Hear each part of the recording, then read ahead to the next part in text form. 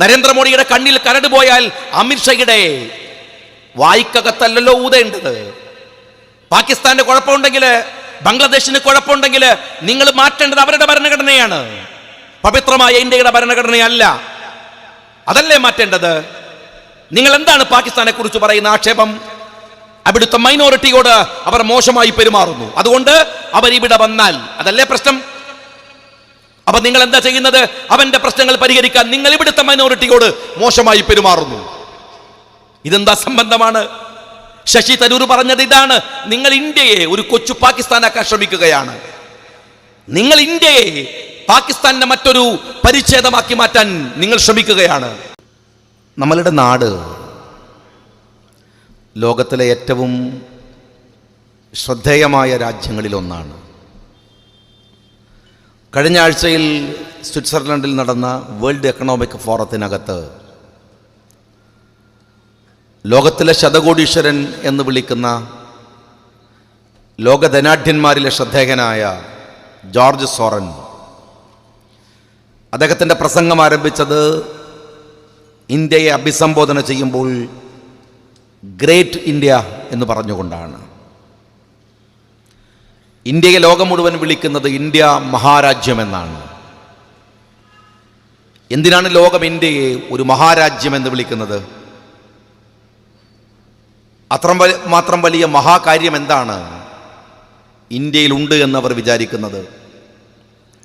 ഈ രാജ്യത്തിൻ്റെ വിസ്തൃതമായ ഭൂപ്രകൃതിയാണോ അങ്ങനെ വിളിക്കാൻ അവരെ പ്രേരിപ്പിക്കുന്നത്? ഈ രാജ്യത്തിലെ മനോഹരമായ കൃഷിയിടങ്ങളും വയലേലകളും,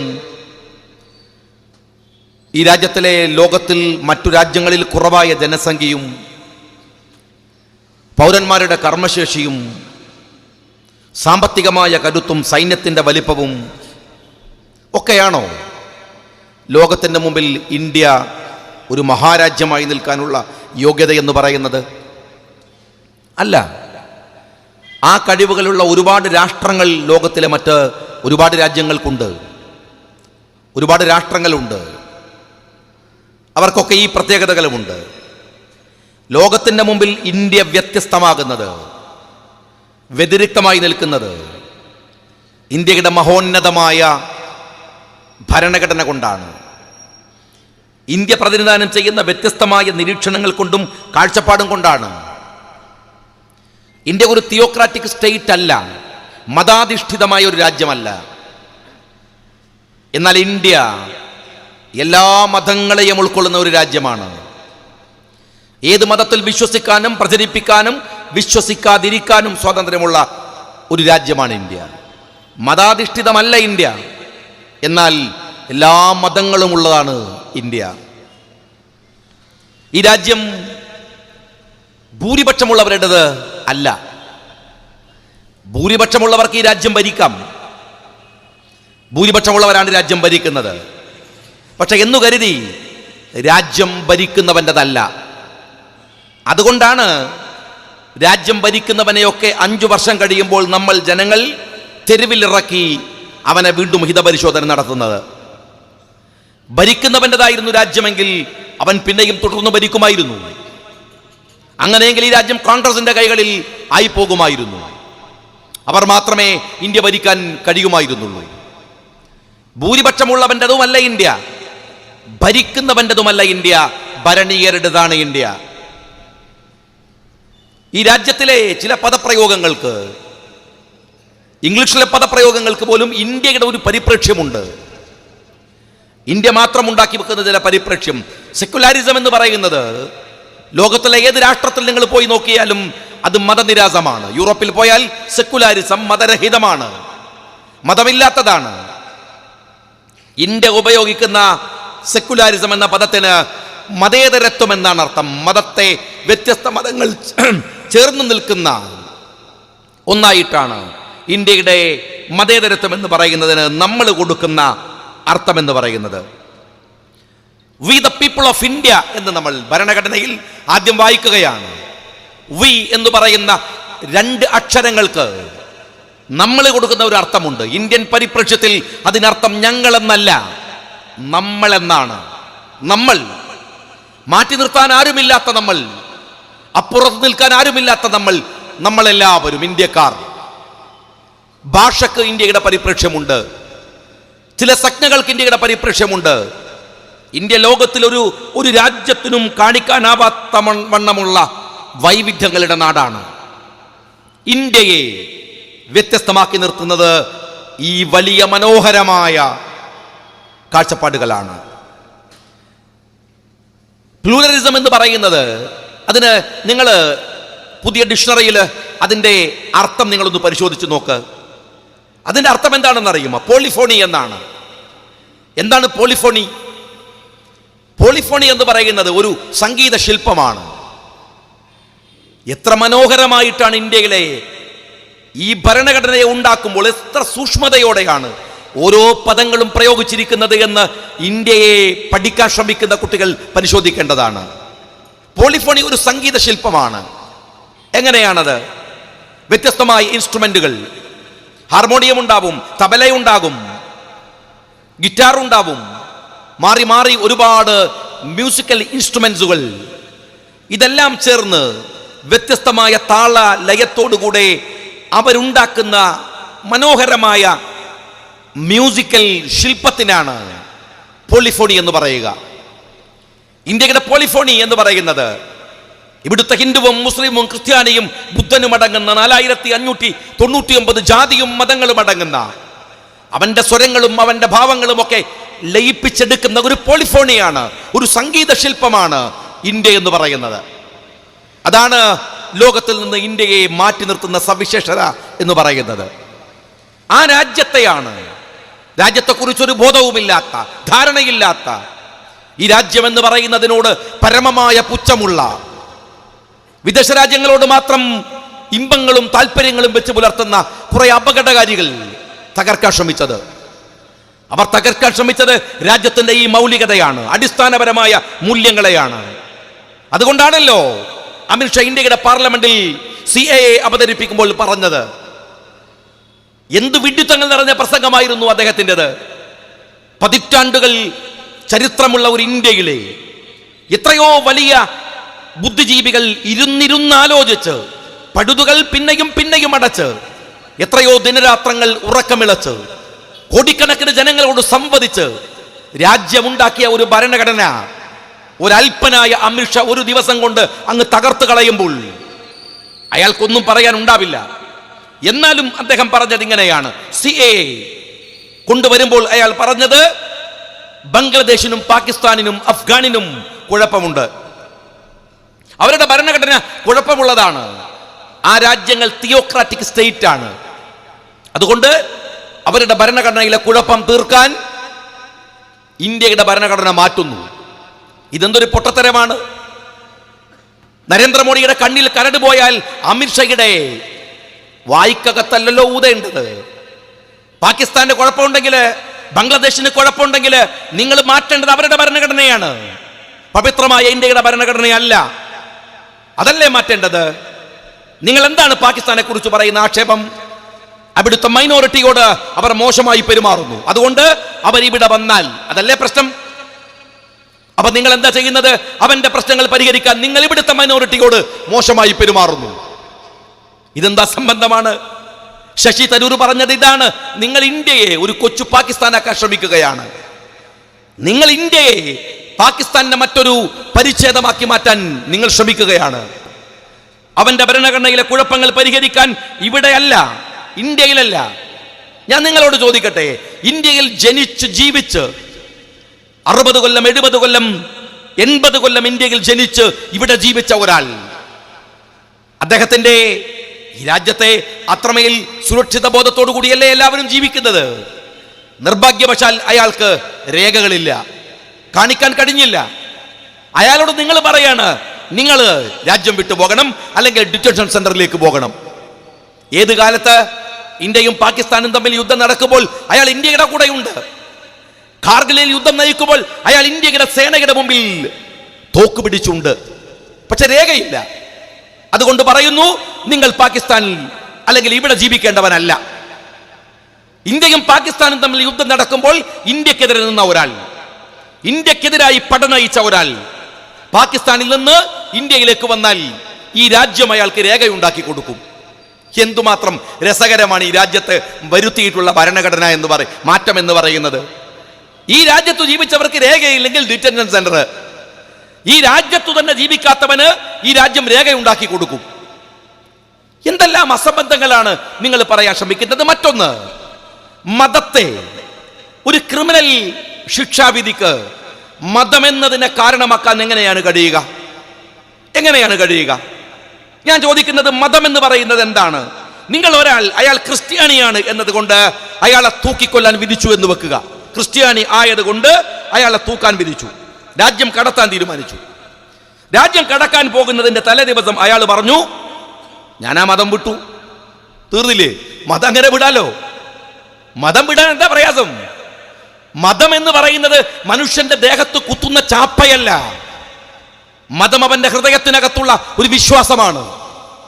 മതം അവന്റെ ഹൃദയത്തിനകത്ത്, മൻ എന്ന് പറയുന്ന സംസ്കൃത പദത്തിൽ നിന്നാണ് മതം എന്ന് പറയുന്ന പ്രയോഗം ഉണ്ടാവുന്നത്. അമിഷക്കെന്ത് സംസ്കൃതം, അമിഷക്കെന്ത് പാരമ്പര്യം, അയാൾക്ക് എന്തറിയാം? മതം എന്ന് പറയുന്നത് ഒരു ചാപ്പകുത്തലല്ല. മതം ഒരു വിശ്വാസമാണ്. ഹൃദയത്തിനകത്ത് ഞാൻ എൻ്റെ മനസ്സിൽ ഉറപ്പിച്ചു വെക്കുന്ന വിശ്വാസമാണ്. ഞാനതങ്ങ് വിട്ടാൽ തീർന്നോ? നിങ്ങൾ ഇവിടെ ഇന്ത്യയിലേക്ക് തസ്ലീമ നസറിനെ കൊണ്ടുവന്ന് ഈ രാജ്യം പൗരത്വം കൊടുത്തു. ആരാണ് തസ്ലീമ നസറിൻ? ബംഗ്ലാദേശുകാരിയാണ്. എന്തിനാണ് നസറിന് ബംഗ്ലാദേശിൽ നിന്ന് വിട്ടുപോകേണ്ടി വന്നത്? അവിടുത്തെ ഭരണകൂടം തസ്ലീമ നസറിനെ ലജ്ജ എന്ന പുസ്തകം എഴുതിയപ്പോൾ അത് ഇസ്ലാമിക വിരുദ്ധമാണ് എന്നതിന്റെ പേരിൽ ബംഗ്ലാദേശിൽ നിന്ന് അവരെ ശിക്ഷിക്കാൻ തീരുമാനിച്ചപ്പോൾ അവർ രാജ്യം വിട്ടു. അമിത്ഷയോട് ചോദിക്കട്ടെ, ഇനി തസ്ലീമ നസറിനെ പോലെ ഒരാൾക്ക് ഇന്ത്യയിൽ പൗരത്വം കൊടുക്കാൻ നിങ്ങളുടെ CAA വഴി കഴിയുമോ ഈ രാജ്യത്ത്? കാരണം നിങ്ങൾ പറയുന്നത് ബംഗ്ലാദേശിലും പാകിസ്ഥാനിലും മുസ്ലിങ്ങളല്ലാത്തവരെ പീഡിപ്പിക്കുന്നു എന്നാണ്. എങ്കിൽ ബംഗ്ലാദേശിൽ നിന്ന് വന്ന തസ്ലീമ നസറിൻ മുസ്ലിം അല്ലേ? ആ രാഷ്ട്രമല്ലേ അവരെ പീഡിപ്പിച്ചത്? അതിന്റെ പേരിലല്ലേ ഇന്ത്യ പൗരത്വം കൊടുത്തത്? അപ്പൊ പിന്നെ നിങ്ങൾ പറയുന്നതിന്റെ ന്യായവാദം എന്താണ്? അതൊന്നും നിങ്ങൾ പറഞ്ഞേ.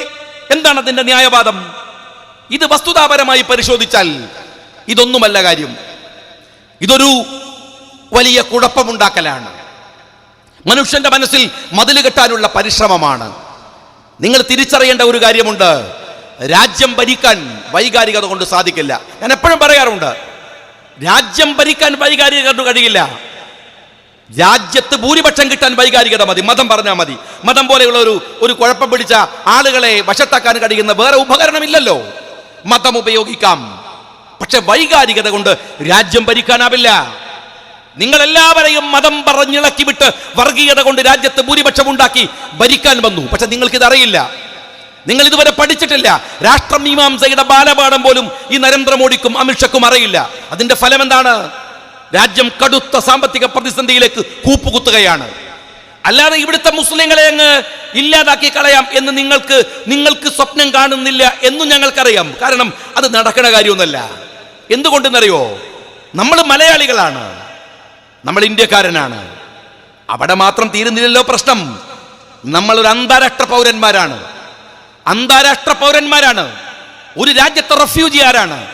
ഒരു രാജ്യത്ത് അതിരു കടന്നു വരുന്നവൻ ആരാണ്? ഒരു രാജ്യത്തെ അഭയാർത്ഥി ആരാണ്? ഇതൊക്കെ തീരുമാനിക്കുന്നത് നരേന്ദ്രമോദി നേതൃത്വം കൊടുക്കുന്ന ഭരണകൂടമല്ല, ഇന്ത്യയുമല്ല, പാകിസ്ഥാനുമല്ല, അമേരിക്കയുമല്ല. അത് തീരുമാനിക്കുന്നത് അന്താരാഷ്ട്ര സമൂഹമാണ്. ഇന്ത്യയല്ല ഒരു പൗരന്റെയും ഒരു റെഫ്യൂജിയുടെയും ഒരു അഭയാർത്ഥിയുടെയും ഒക്കെ നിർവചനം കൊടുക്കേണ്ടത് ഇന്ത്യയല്ല, അത് അന്താരാഷ്ട്ര നിയമമാണ്. എങ്കിലും ഞാൻ ചോദിക്കുന്നത്, നമ്മളൊക്കെ അന്താരാഷ്ട്ര പൗരന്മാരാണ്. ഒരു രാഷ്ട്രം കാണിക്കുന്ന തോന്നിവാസങ്ങൾ ഞങ്ങൾ ഒരു രാഷ്ട്രമാണ് എന്നതുകൊണ്ട് നിങ്ങൾക്ക് അങ്ങനെ കളിക്കാൻ കഴിയില്ല ആധുനിക ലോകത്ത്.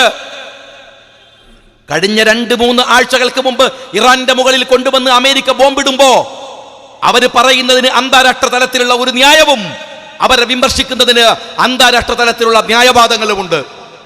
അതുകൊണ്ട് ഇത് ഇന്ത്യ നിങ്ങൾ വിചാരിക്കുന്ന പോലെ ഇതൊരു കുണ്ടിലെ തവളയൊന്നുമല്ല. നിങ്ങൾക്ക് ഇവിടുത്തെ മുസ്ലിങ്ങളെ, അതും 25 കോടിയോളം വരുന്ന മുസ്ലിങ്ങളെ, അവരെ അങ്ങ് തിന്നു തീർക്കാൻ പറ്റിയ വയറൊന്നും നരേന്ദ്രമോദിക്കും അമിത്ഷയ്ക്കും ഇല്ലെന്നത് കാലത്തിനറിയാം. നിങ്ങൾക്കൊന്നാവാൻ പോണില്ല.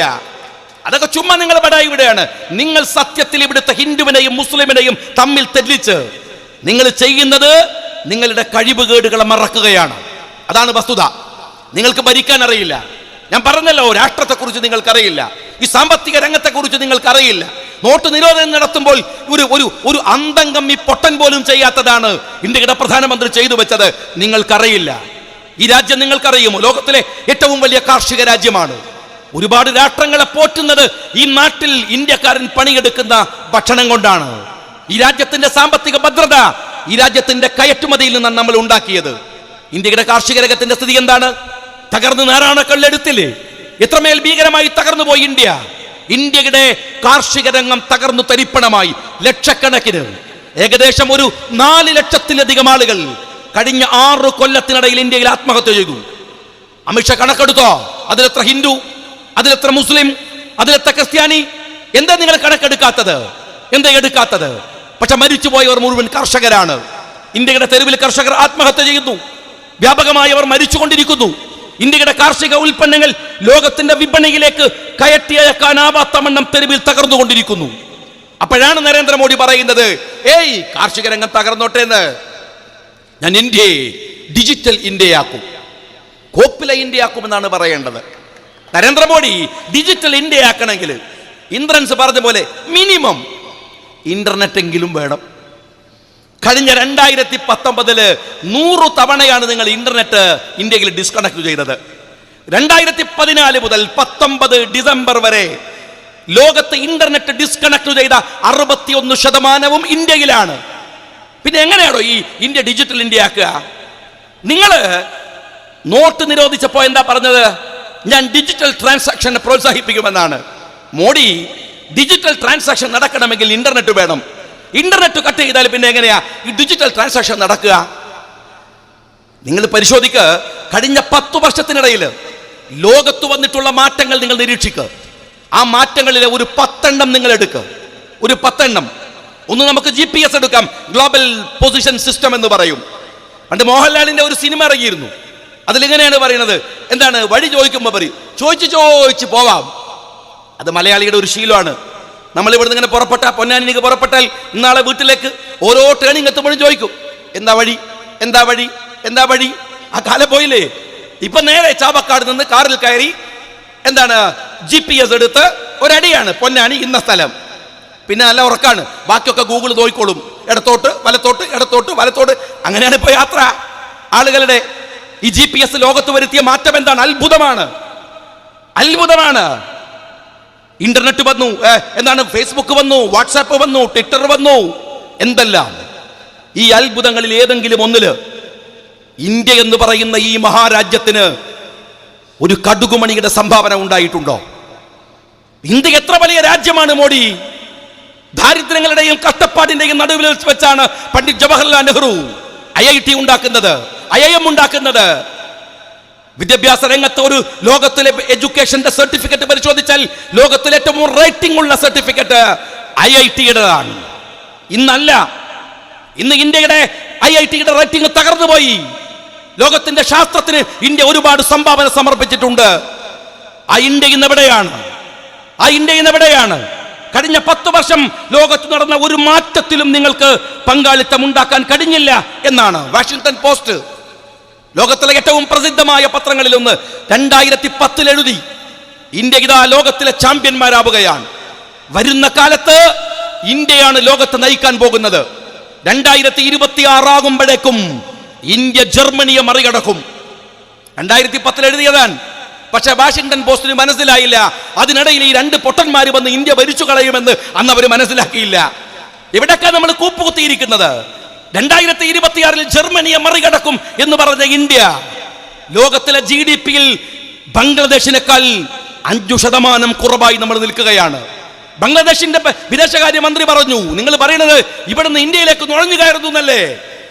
എന്നാ സൂക്ഷിച്ചോളൂ, ഞങ്ങൾ ആരും ഇന്ത്യയിലേക്ക് വരാൻ പോണില്ല. കാരണം അവിടുത്തെ GDP തകർന്ന് നാരായണക്കല്ലെടുത്തിരിക്കുന്നു.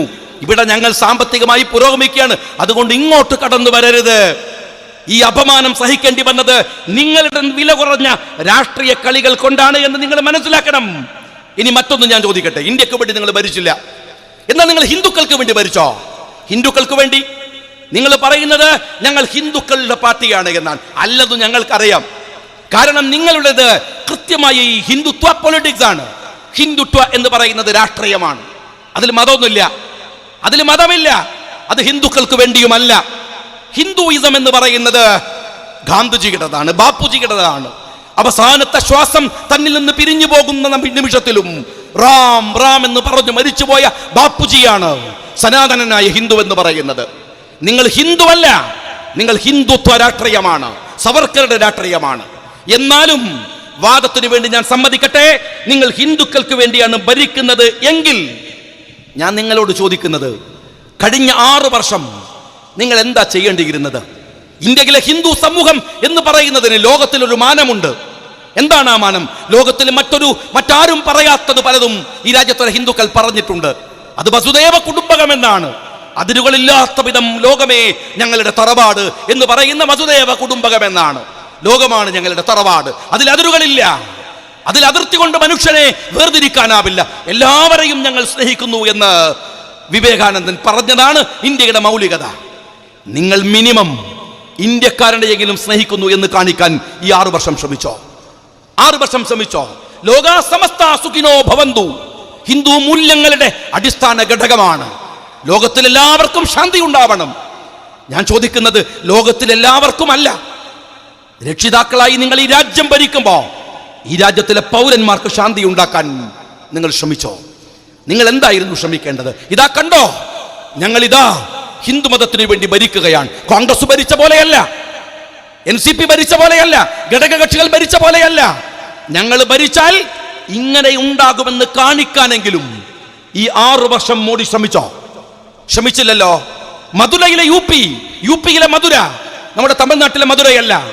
യുപിയിലെ മധുര ഭഗവാൻ കൃഷ്ണന്റെ മധുരയാണ്, കൃഷ്ണന്റെ ജന്മസ്ഥലമാണ്. നിങ്ങൾ മധുരയിൽ പോയി നോക്കിയിട്ടുണ്ടോ? ഞാൻ കണ്ടിട്ടുണ്ട്.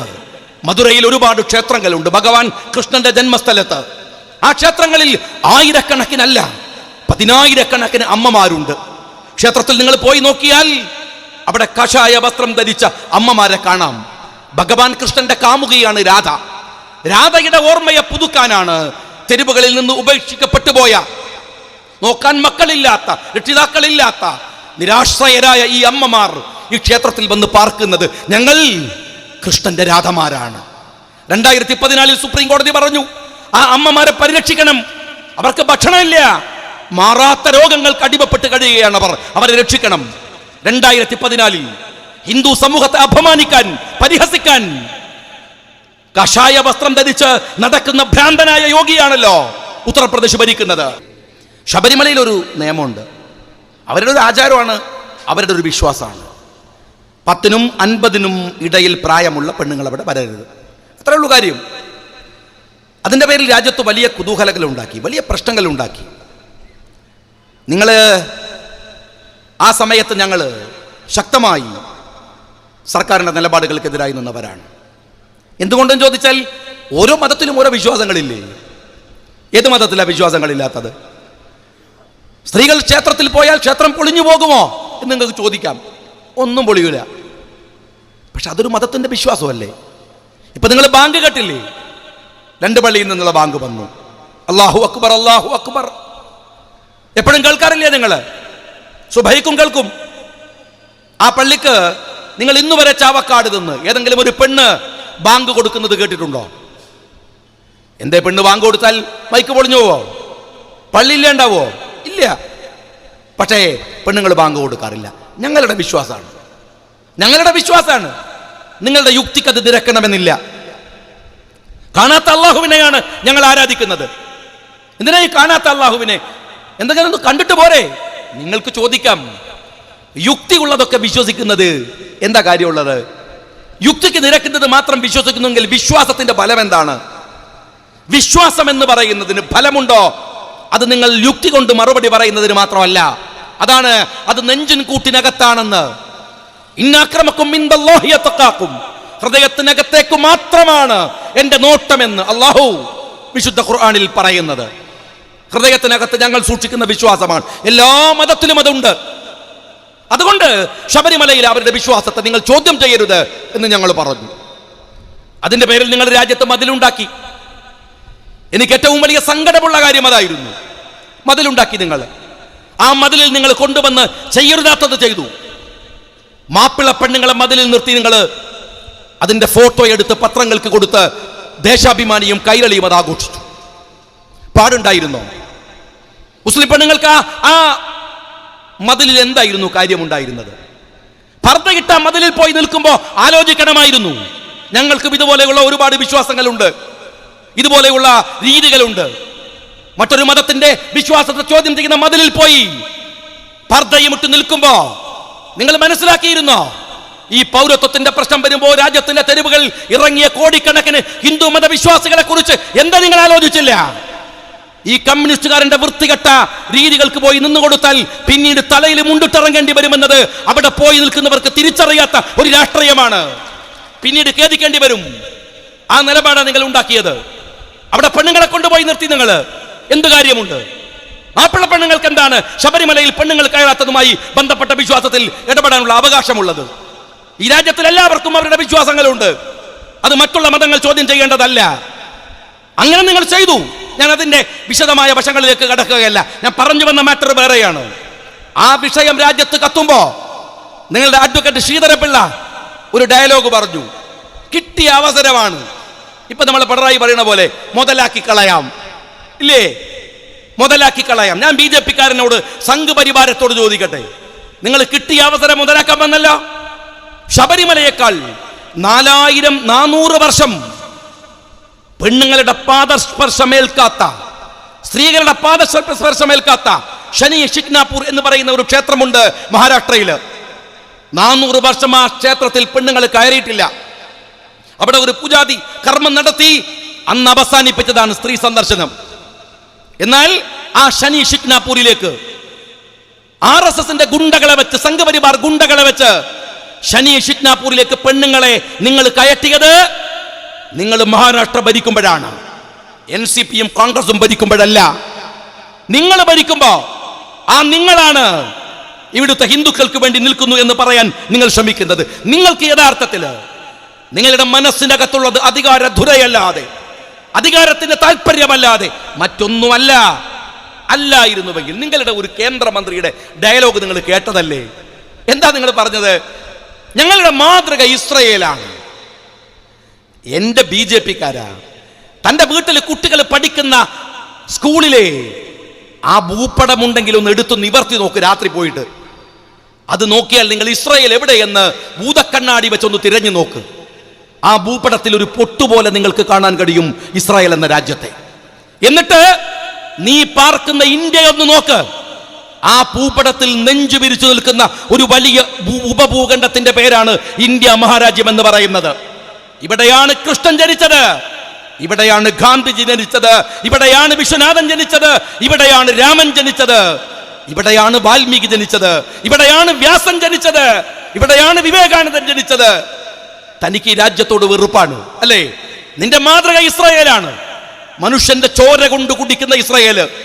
മാനുഷാദ എന്ന് പാടിയ വാൽമീകിയുടെ ഇന്ത്യ നിനക്ക് വെറുപ്പാണ്. നിനക്കിഷ്ടം ഇസ്രായേലിനോടാണ്. നിങ്ങളുടെ താല്പര്യങ്ങൾ എന്താണ് എന്ന് പരിശോധിക്കാൻ അതിനെ കൂടുതൽ പോകേണ്ട കാര്യമല്ല. ആ ഇസ്രായേലിനെ മാതൃകയാക്കിക്കോ. നീ കുഴപ്പമില്ല, ഇസ്രായേൽ പറയുന്ന പോലെ ലിസ്റ്റൊക്കെ ഉണ്ടാക്കിക്കോ.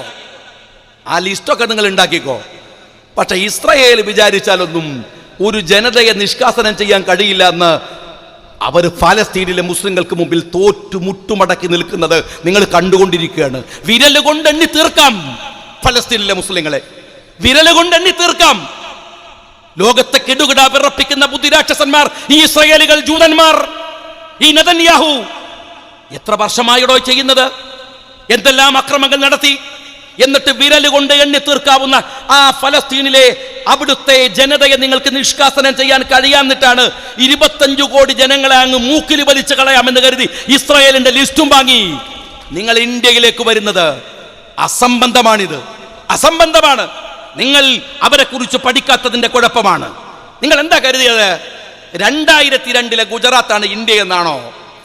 2002 ഗുജറാത്താണ് ഇന്ത്യ എന്ന് വിചാരിച്ചു. 12,000 പേരെ ചുട്ടുകൊന്ന് മോദി എന്ന് പറയുന്ന രാക്ഷസനങ്ങ് ഭരിച്ചു തിമർത്തപ്പോ ഗുജറാത്തിൽ ആരും ശബ്ദിച്ചില്ല. ഭയപ്പെട്ടു പോയി ആ ജനത. ആരും ഒന്നും മിണ്ടിയില്ല. മിണ്ടാൻ വന്നവരെ നിങ്ങൾ അങ്ങ് തീർത്തു കളഞ്ഞു. നിങ്ങൾ വിചാരിച്ചു ഇന്ത്യ എന്ന് പറയുന്നത് ആ ഗുജറാത്ത് മാത്രമാണെന്ന്. അതല്ലെന്ന് തെളിയിച്ചു. ഞാൻ നിങ്ങളോട് ചോദിക്കട്ടെ, ഈ നാട്ടിലെ എല്ലാവരും നോട്ട് നിരോധനം വന്നപ്പോൾ നമ്മളൊക്കെ ബുദ്ധിമുട്ടി. എത്ര പേരാണ് ക്യൂവിൽ നിന്ന് തല ചുറ്റി വീണു മരിച്ചു പോയത്? എത്ര പേരാണ് സങ്കടപ്പെട്ട് ആത്മഹത്യ ചെയ്തത്? ഈ രാജ്യത്തിലെ കോടിക്കണക്കിന് വരുന്ന ഹിന്ദുക്കളെയല്ലേ അത് ഏറ്റവും ആദ്യം ബാധിച്ചത്. എന്നിട്ട് ഏതെങ്കിലും ഒരു തെരുവിൽ പ്രകടനം നടന്നോ?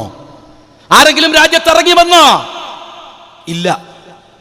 എന്നാൽ CAA കൊണ്ടുവന്നപ്പോ ഈ രാജ്യത്തിന്റെ തെരുവിലേക്ക് ആദ്യം ചാടിയിറങ്ങിയത് ഇവിടുത്തെ ഹിന്ദുക്കളാണ്. അവരുടെ സഹോദരന്മാർക്ക് ഒരു ബുദ്ധിമുട്ട് വന്നു എന്ന് വന്നപ്പോ തങ്ങൾക്ക് നേരിട്ട് അനുഭവിച്ച നോട്ട് നിരോധനത്തിൽ പോലും പുറത്തിറങ്ങി വരാത്ത ഹിന്ദുക്കൾ CAA കൊണ്ടുവന്ന മുസ്ലിങ്ങൾക്കെതിരെ ഒരു നിയമം ഉണ്ടാക്കാൻ അമിത്ഷാ ശ്രമിച്ചപ്പോ ഇന്ത്യയുടെ തെരുവുകൾ കീഴടക്കിയത് ഈ ഹിന്ദു സഹോദരന്മാരാണ്. അവരാണ് സമരത്തിന്റെ മുൻപന്തിയിൽ ഉണ്ടായിരുന്നത്. എല്ലായിടത്തും കപിൽ സിബൽ ഹിന്ദുവാണ്, അതിന് വന്ന് ശശി തരൂർ ഹിന്ദുവാണ്, ജയറാം രമേശ് ഹിന്ദുവാണ്, രാഹുൽ ഗാന്ധി ഹിന്ദുവാണ്, പ്രിയങ്ക ഗാന്ധി ഹിന്ദുവാണ്, രാമചന്ദ്ര ഗുഹ ഹിന്ദുവാണ്, രമേശ് ചെന്നിത്തല ഹിന്ദുവാണ്, മമതാ ബാനർജി ഹിന്ദുവാണ്, കമൽഹാസൻ ഹിന്ദുവാണ്, സ്റ്റാലിൻ ഹിന്ദുവാണ്.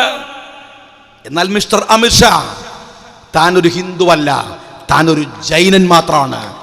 താനൊരു ജൈനനാണ്. ഇന്ത്യയിലെ മൈനോറിറ്റിയായ ജൈന സമുദായത്തിൽപ്പെട്ട ആളാണ് നീ. നിന്റെ പിന്തുണ ഞങ്ങൾക്ക് ആവശ്യമില്ല. കോടിക്കണക്കിന് ഹിന്ദുക്കളുടെ ഹൃദയത്തിലാണ് ഇവിടുത്തെ മുസൽമാൻ ജീവിക്കുന്നതെന്നും പരസ്പരം അങ്ങനെയാണ് അവർ ഇന്ത്യയെ കാണുന്നത് എന്നും ഞങ്ങൾക്ക് തിരിച്ചറിയാൻ കഴിഞ്ഞത് ഈ വലിയ സമരങ്ങളുടെ മുമ്പിലാണ് എന്ന് മാത്രമല്ല, അതിനു മുമ്പുമുണ്ട്. ആ സ്നേഹം മുസ്ലിങ്ങൾക്ക് അറിയാം. നിങ്ങൾ പരിശോധിക്കുക, ഇന്ത്യ മഹാരാജ്യത്തിന്റെ അതിർത്തി പങ്കിടുന്നത് 2 ഇസ്ലാമിക് റിപ്പബ്ലിക്കുകളാണ്. ഇസ്ലാമിക് റിപ്പബ്ലിക് എന്ന അഭിപ്രായം ഞങ്ങൾക്കില്ല. പേരങ്ങനെയാണ്. മുസ്ലിങ്ങളുടെ രാജ്യമാണ്. അത് ഇസ്ലാം ഉണ്ടോ എന്നുള്ളത് പിന്നെ തീരുമാനിക്കേണ്ട കാര്യമാണ്. ഏതായാലും ഇസ്ലാമിക് റിപ്പബ്ലിക്കാണ്. 2 രാജ്യങ്ങൾ. പക്ഷെ നിങ്ങൾക്കറിയുമോ, ലോകത്തിൽ ഏറ്റവും കൂടുതൽ മുസ്ലിങ്ങൾ പാർക്കുന്ന 2ാമത്തെ രാജ്യം അപ്പോഴും നമ്മുടെ ഇന്ത്യ മഹാരാജ്യമാണ്. ഞങ്ങൾ ഈ രാജ്യത്താണ്. രാജ്യത്തെ അത്രമേൽ സ്നേഹിക്കുന്നവരാണ് ഇവിടെ ഉള്ളത്. എന്തൊക്കെ വിരോധം സംഗതി ഈ മോഡിയും അതുപോലെ തന്നെ അമിത്ഷയും ഒക്കെ പൊട്ടത്തരങ്ങൾ കാട്ടുമ്പോഴും വലിയ വിരോധവും വിദ്വേഷവും ഒക്കെ അവരോട് വെച്ച് പുലർത്തുമ്പോഴും ഒരു കാര്യം ഞാൻ പറയട്ടെ, ഒരു ചെറിയ നന്ദി അവരോട് നമ്മൾ കാണിക്കണം. ഇന്ത്യ മരിച്ചിട്ടില്ല എന്ന് ഈ 2019 തെളിയിച്ചത് നിങ്ങളാണ്. നമ്മുടെ കുട്ടികളുണ്ടല്ലോ, നമ്മുടെ പെൺകുട്ടികൾ, അവരാണ് ഈ സമരത്തെ അതിജയിച്ച് മുന്നോട്ട് കൊണ്ടുപോകുന്നത്. ഷഹീൻബാഗ് അമ്മമാരുടെ സമരമാണ്. ക്യാമ്പസുകളിൽ പെൺകുട്ടികളാണ് പൊട്ടിത്തെറിച്ച്, അവരൊരു മതത്തെക്കുറിച്ചുമല്ല, അവർ ഇന്ത്യയെക്കുറിച്ച് മാത്രം ചിന്തിച്ച് തെരുവുകളിലേക്ക് ഇറങ്ങുന്നത്. ഈ രാജ്യത്തിന് രാഷ്ട്രീയ ബോധം ഉണ്ടാക്കി കൊടുത്തു മോഡി. നിങ്ങൾ രാഷ്ട്രീയ ബോധം ഉണ്ടാക്കി കൊടുത്തു. എപ്പോഴും പറയാറുണ്ട്, എൻ്റെ ഉമ്മ CH റഷീദിനും അതുപോലെ സാദിഖ് അലിക്കൊക്കെ അറിയാം. എൻ്റെ ഉമ്മ MSF മുതൽ ചെറുപ്പത്തിലെ പ്രസംഗിക്കാനൊക്കെ പോകും. അതും കണ്ണൂർ ഭാഗത്താണ്, വയനാട്ടിൽ നിന്ന് ഇറങ്ങാൻ സുഖം. കണ്ണൂരിൽ നിന്ന് കേൾക്കുമ്പോൾ തന്നെ നമ്മളെ പെണ്ണുങ്ങൾക്കൊക്കെ പേടിയാണ്. ഞാൻ പോകുമ്പോൾ ഉമ്മ പറയൂ, നിനക്ക് എന്തിൻ്റെ പണിയാണ്? ഏട്ടനെ കണ്ടു പഠിച്ചൂടെ, അനുജനെ കണ്ടു പഠിച്ചൂടെ, വെറുതെ പ്രസംഗിച്ച് കിടക്കുക. ഒരു പുച്ഛായിരുന്നു. ഇപ്പം ഉമ്മ എന്താ വൈകുന്നേരം ചോദിക്കാല്ലെന്ന് പരിപാടിയൊന്നുമില്ല, റാലിയൊന്നുമില്ല. ഇപ്പം രാഷ്ട്രീയ ബോധമാണ്. ഉമ്മാർക്കൊക്കെ എന്തൊരു രാഷ്ട്രീയ ബോധമാണ്. എനിക്ക് വലിയ സന്തോഷമുണ്ട്. നിങ്ങൾ ഈ രാജ്യത്തിൻ്റെ ആത്മാവിനെ തിരിച്ചു തന്നിരിക്കുന്നു. നരേന്ദ്രമോദി, അമിത്ഷാ ഈ രാജ്യത്തെ തിരിച്ചു തന്നിരിക്കുന്നു. ഇന്ന് ദേശീയ ഗാനം ചൊല്ലുമ്പോൾ രോമം എഴുന്നു നിൽക്കുകയാണ്. പണ്ട് സ്കൂളിലെ കുട്ടികൾ അസംബ്ലിയിൽ സ്കൂൾ വിടുമ്പോൾ ചൊല്ലുന്ന ഒരു സംഗീതമായി ആസ്വദിച്ചിരുന്ന ജനഗണമന, അത് കേൾക്കുമ്പോൾ നമ്മളുടെ നരമ്പുകൾ എഴുന്നേറ്റ് നിൽക്കുന്നുണ്ട്, രോമം എഴുന്നേറ്റ് നിൽക്കുന്നുണ്ട്. നമ്മുടെ രാഷ്ട്രീയക്കാര് മൊബൈലിലെ ഒരു ട്യൂണാണ്. കാണുമ്പോൾ എനിക്ക് ദേഷ്യം പിടിക്കും കേൾക്കുമ്പോൾ. ഞാൻ അവരോടൊക്കെ പറയാറുണ്ട്, എന്താണ് സാരേ ജഹാം സെ അച്ഛ, അവൻ്റെ രാഷ്ട്രബോധം അവരോട് തീർന്നു മൊബൈലിൽ ട്യൂണാക്കിയാൽ. അങ്ങനെ ഒരു ട്യൂണാക്കി വെക്കാവുന്നതാണോ? അത് ആയിരുന്നില്ല. ആ ബോധം നമുക്ക് വന്നു. സമരങ്ങളിൽ വിളിക്കുന്ന മുദ്രാവാക്യം ഈ രാജ്യത്തെക്കുറിച്ചാണ്. സമരങ്ങളിൽ ഉയർത്തിപ്പിടിക്കുന്ന കൊടി ദേശീയ പതാകയാണ്. ഈ ഇന്ത്യക്കാരനെ പിന്നെയും പിന്നെയും ദേശീയ ഗാനം ചൊല്ലിക്കാൻ, പിന്നെയും പിന്നെയും രാഷ്ട്രപതാക പിടിപ്പിക്കുവാൻ ഈ 2 ചെകുത്താന്മാർ ഒരു കാരണമായി എന്നതിൽ നന്ദിയുണ്ട് ഈ BJPയുടെ ഭരണകൂടത്തോട്. ഈ രാജ്യത്തെ രാഷ്ട്രീയ ബോധമുള്ളവരാക്കി നിങ്ങൾ തിരിച്ചു തന്നിരിക്കുന്നു. ജനങ്ങൾ തെരുവിലാണ്. ചെറുപ്പക്കാരെ കുറിച്ച് നമ്മൾ എന്താ വിചാരിച്ചത്? അവരിങ്ങനെ 24 മണിക്കൂറും താഴോട്ട് നോക്കി നിൽക്കുന്നവരാണ്. മൊബൈലിൽ ഇങ്ങനെ നോക്കിക്കണ, ബസ് കയറിയാൽ, ട്രെയിനിൽ കയറിയാൽ, ഫേസ്ബുക്ക്, വാട്സാപ്പ്, വലിയ കാരണന്മാരൊക്കെ ഇങ്ങനെ പറയും. ഇപ്പോഴത്തെ കുട്ടികളുടെ കാര്യം എന്താണ്? ഇവർക്ക് യാതൊരു ചിന്തയില്ല. അവർ നിസ്സാരന്മാരല്ലാന്ന് മനസ്സിലായില്ലേ കാരണവന്മാരെ? അവരാ ഫേസ്ബുക്കിൽ നിന്ന് തല ഉയർത്തിയാൽ തകർന്നു വീഴുന്നത് ആകാശം മുട്ട കെട്ടിപ്പടുത്ത ഫാഷിസമാണ് എന്ന ചെറുപ്പക്കാർ തെളിയിക്കുകയാണ്. ഡൽഹിയിലും ഇന്ത്യയുടെ തെരുവുകളിലും അവരാണ് ഈ സമരത്തെ നയിക്കുന്നത്. അവരാണ്. നിങ്ങള് ഗാന്ധിജിയെ ഞങ്ങൾക്ക് പിന്നെയും ഓർമ്മിക്കാൻ അവസരം തന്നു. ഈ ബിജെപിക്കാരൻ ഗാന്ധിജിയെ എത്രയാണ് ഇന്ന് ഇന്ത്യയുടെ തെരുവുകളിൽ ദിവസവും. ഞാൻ ഇന്നലെ വൈകുന്നേരം ഞാൻ സാദിഖിനോട് പറയായിരുന്നു നേരത്തെ, ഇന്നലെ വൈകുന്നേരം ഒരു ചെറുപ്പക്കാരൻ 2 ദിവസമായി MLA ഹോസ്റ്റലിന് മുമ്പിൽ വന്നു നിൽക്കും. എന്നോട് പറയും, സാറേ ഒരു സമരം നടക്കുന്നുണ്ട് ഷഹീൻ ബാഗിന്റെ മോഡലിൽ, അമ്മമാരും കുട്ടികളും സെക്രട്ടേറിയറ്റിന്റെ മുമ്പിൽ, നിങ്ങൾ വരണം. ഞാൻ ഈ ചെറുപ്പക്കാരന്റെ മട്ടും ഭാവവും ഒക്കെ കണ്ട് പരിപാടി ഉള്ളതാണോ എന്നൊന്നും എനിക്ക് ഉറപ്പൊന്നുമില്ല. ഞാൻ കബീർ സാഹിബിനെയും കൂട്ടി ഞങ്ങൾ പോകുമ്പോൾ ഞാൻ കബീർ സാഹിബിനോട് പറഞ്ഞു, അദ്ദേഹത്തിന് ആരോഗ്യ പ്രശ്നമൊക്കെ ഉള്ളതാണ്, നിങ്ങൾ വണ്ടി നിറങ്ങണ്ട, പരിപാടി ഉണ്ടോ നോക്കിയിട്ട് ഇറങ്ങിയാൽ മതി. അവിടെ ഞാൻ എത്തി നോക്കുമ്പോൾ ഞാൻ സാദിഖിനോട് പറഞ്ഞു, ഈ സമരത്തിൽ എൻ്റെ കണ്ണ് കുതിർന്നു പോയ, ഹൃദയം നിറഞ്ഞു പോയ അനുഭവം എനിക്ക് ഇന്നലെ വൈകുന്നേരം സെക്രട്ടേറിയറ്റിന്റെ മുമ്പിൽ ഉണ്ടായി. ഒരു പറ്റം ചെറുപ്പക്കാരായ കുട്ടികൾ, MBBS പഠിക്കുന്നവർ, എഞ്ചിനീയറിംഗിന് പഠിക്കുന്നവർ, അവർ മാത്രം. മേധ എന്ന് പറയുന്ന എൻ്റെ മണ്ഡലത്തിലെ ഒരു കുട്ടിയാണ് ആ സമരം നയിക്കുന്നത് എന്നറിഞ്ഞപ്പോ ഞാൻ പറഞ്ഞു, ഒരു MLA ആയതിൽ, അതും മേധയെപ്പോലെ ഒരു പെൺകുട്ടി അവളുടെ മണ്ഡലത്തിലെ MLA ആയതിൽ ഞാൻ ഏറ്റവും കൂടുതൽ അഭിമാനിക്കുന്നു എന്ന് എനിക്ക് ഇന്നലെ പറയേണ്ടി വന്നു. അവിടെ നിന്ന് ആ പെൺകുട്ടികൾ നയിക്കുന്ന സമരമുണ്ട് അവിടെ. ഈ കേരളത്തിലെ തിരുവനന്തപുരത്തെ സെക്രട്ടേറിയറ്റിന് മുമ്പിലെ 24 മണിക്കൂർ സമരം. പഠിക്കുന്ന കുട്ടികൾ പുസ്തകം കൊണ്ടുവന്ന് നാളെ കോളേജിൽ പഠിക്കാനുള്ളത് രാത്രിയിൽ സമരപ്പന്തലിൽ ഇരുന്ന് തയ്യാറാക്കുകയാണ്. ഈ രാജ്യത്തിന്റെ തെരുവുകൾ മുഴുവൻ സമരത്തിലാണ്. എല്ലാവരും നന്ദിയുണ്ട് ഈ രാജ്യത്തെ തിരിച്ചു കാണിച്ചു തരാൻ നിങ്ങൾക്ക് കഴിഞ്ഞതില്. ഒബാമയുടെ ഒരു ട്വീറ്റ് ഉണ്ടായിരുന്നു കഴിഞ്ഞ ആഴ്ചയിൽ. ഒബാമ പറഞ്ഞത്, ഞാൻ നരേന്ദ്രമോദിയോട് പറഞ്ഞു, ഇന്ത്യ മഹാരാജ്യമുണ്ടല്ലോ, അതൊരു അത്ഭുതമാണ് മോദി, അതൊരു അത്ഭുതമാണ്. നിങ്ങൾ ഇന്ത്യയില് അവിടുത്തെ മതന്യൂനപക്ഷങ്ങളെ നിങ്ങൾ പരിശോധിക്കുക, അവർ രാജ്യത്തിന്റെ കൂടെയാണ്. ലോകത്തിലെ ഒരു രാഷ്ട്രത്തിലും അങ്ങനെ ഇല്ല. ലോകത്തിലെ എല്ലാ രാഷ്ട്രങ്ങളിലും അവിടുത്തെ മതന്യൂനപക്ഷങ്ങൾ രാജ്യവിരുദ്ധമായ സമരങ്ങളിൽ പങ്കെടുത്തുകൊണ്ടിരിക്കുകയാണ്. ഉദാഹരണമായി സ്പെയിനിലെ കൊറ്റാലൻസിനെ കുറിച്ച് അദ്ദേഹം പറഞ്ഞു. അവര് കൊറ്റാലൻസിനെ കുറിച്ച് പറഞ്ഞിട്ട് പറഞ്ഞു, കാറ്റലോണിയ എന്ന് പറയുന്ന ഒരു രാഷ്ട്രത്തിന് വേണ്ടിയാണ് സ്പെയിനിൽ നിരന്തരമായ സമരങ്ങൾ നടക്കുന്നത്. എന്നാൽ ഇന്ത്യയിലെ മൈനോറിറ്റിയെ നിങ്ങളൊന്ന് നോക്ക്, അവർ രാജ്യത്തിന് വേണ്ടിയല്ലേ നിൽക്കുന്നത്. അവരുടെ സമരങ്ങളിൽ വിളിക്കുന്ന മുദ്രാവാക്യം ജനഗണമനയല്ലേ, ദേശീയ ഗാനമല്ലേ. അവർ സമരങ്ങളിൽ പിടിക്കുന്ന കൊടി ഇന്ത്യയുടെ പതാകയല്ലേ. അതുകൊണ്ട് നരേന്ദ്രമോദി അവരെ കൂടി വിശ്വാസത്തിൽ എടുത്തു പോവുക, അതാണ് ആ രാജ്യത്തിന് നല്ലത് എന്ന് പത്രക്കാർ ചോദിച്ചു. എന്തായിരുന്നു മോഡിയുടെ മറുപടി? ഒബാമ പറഞ്ഞത്, അദ്ദേഹത്തിന്റെ അജണ്ട നിങ്ങൾ അദ്ദേഹത്തോട് ചോദിക്കണമെന്നാണ്.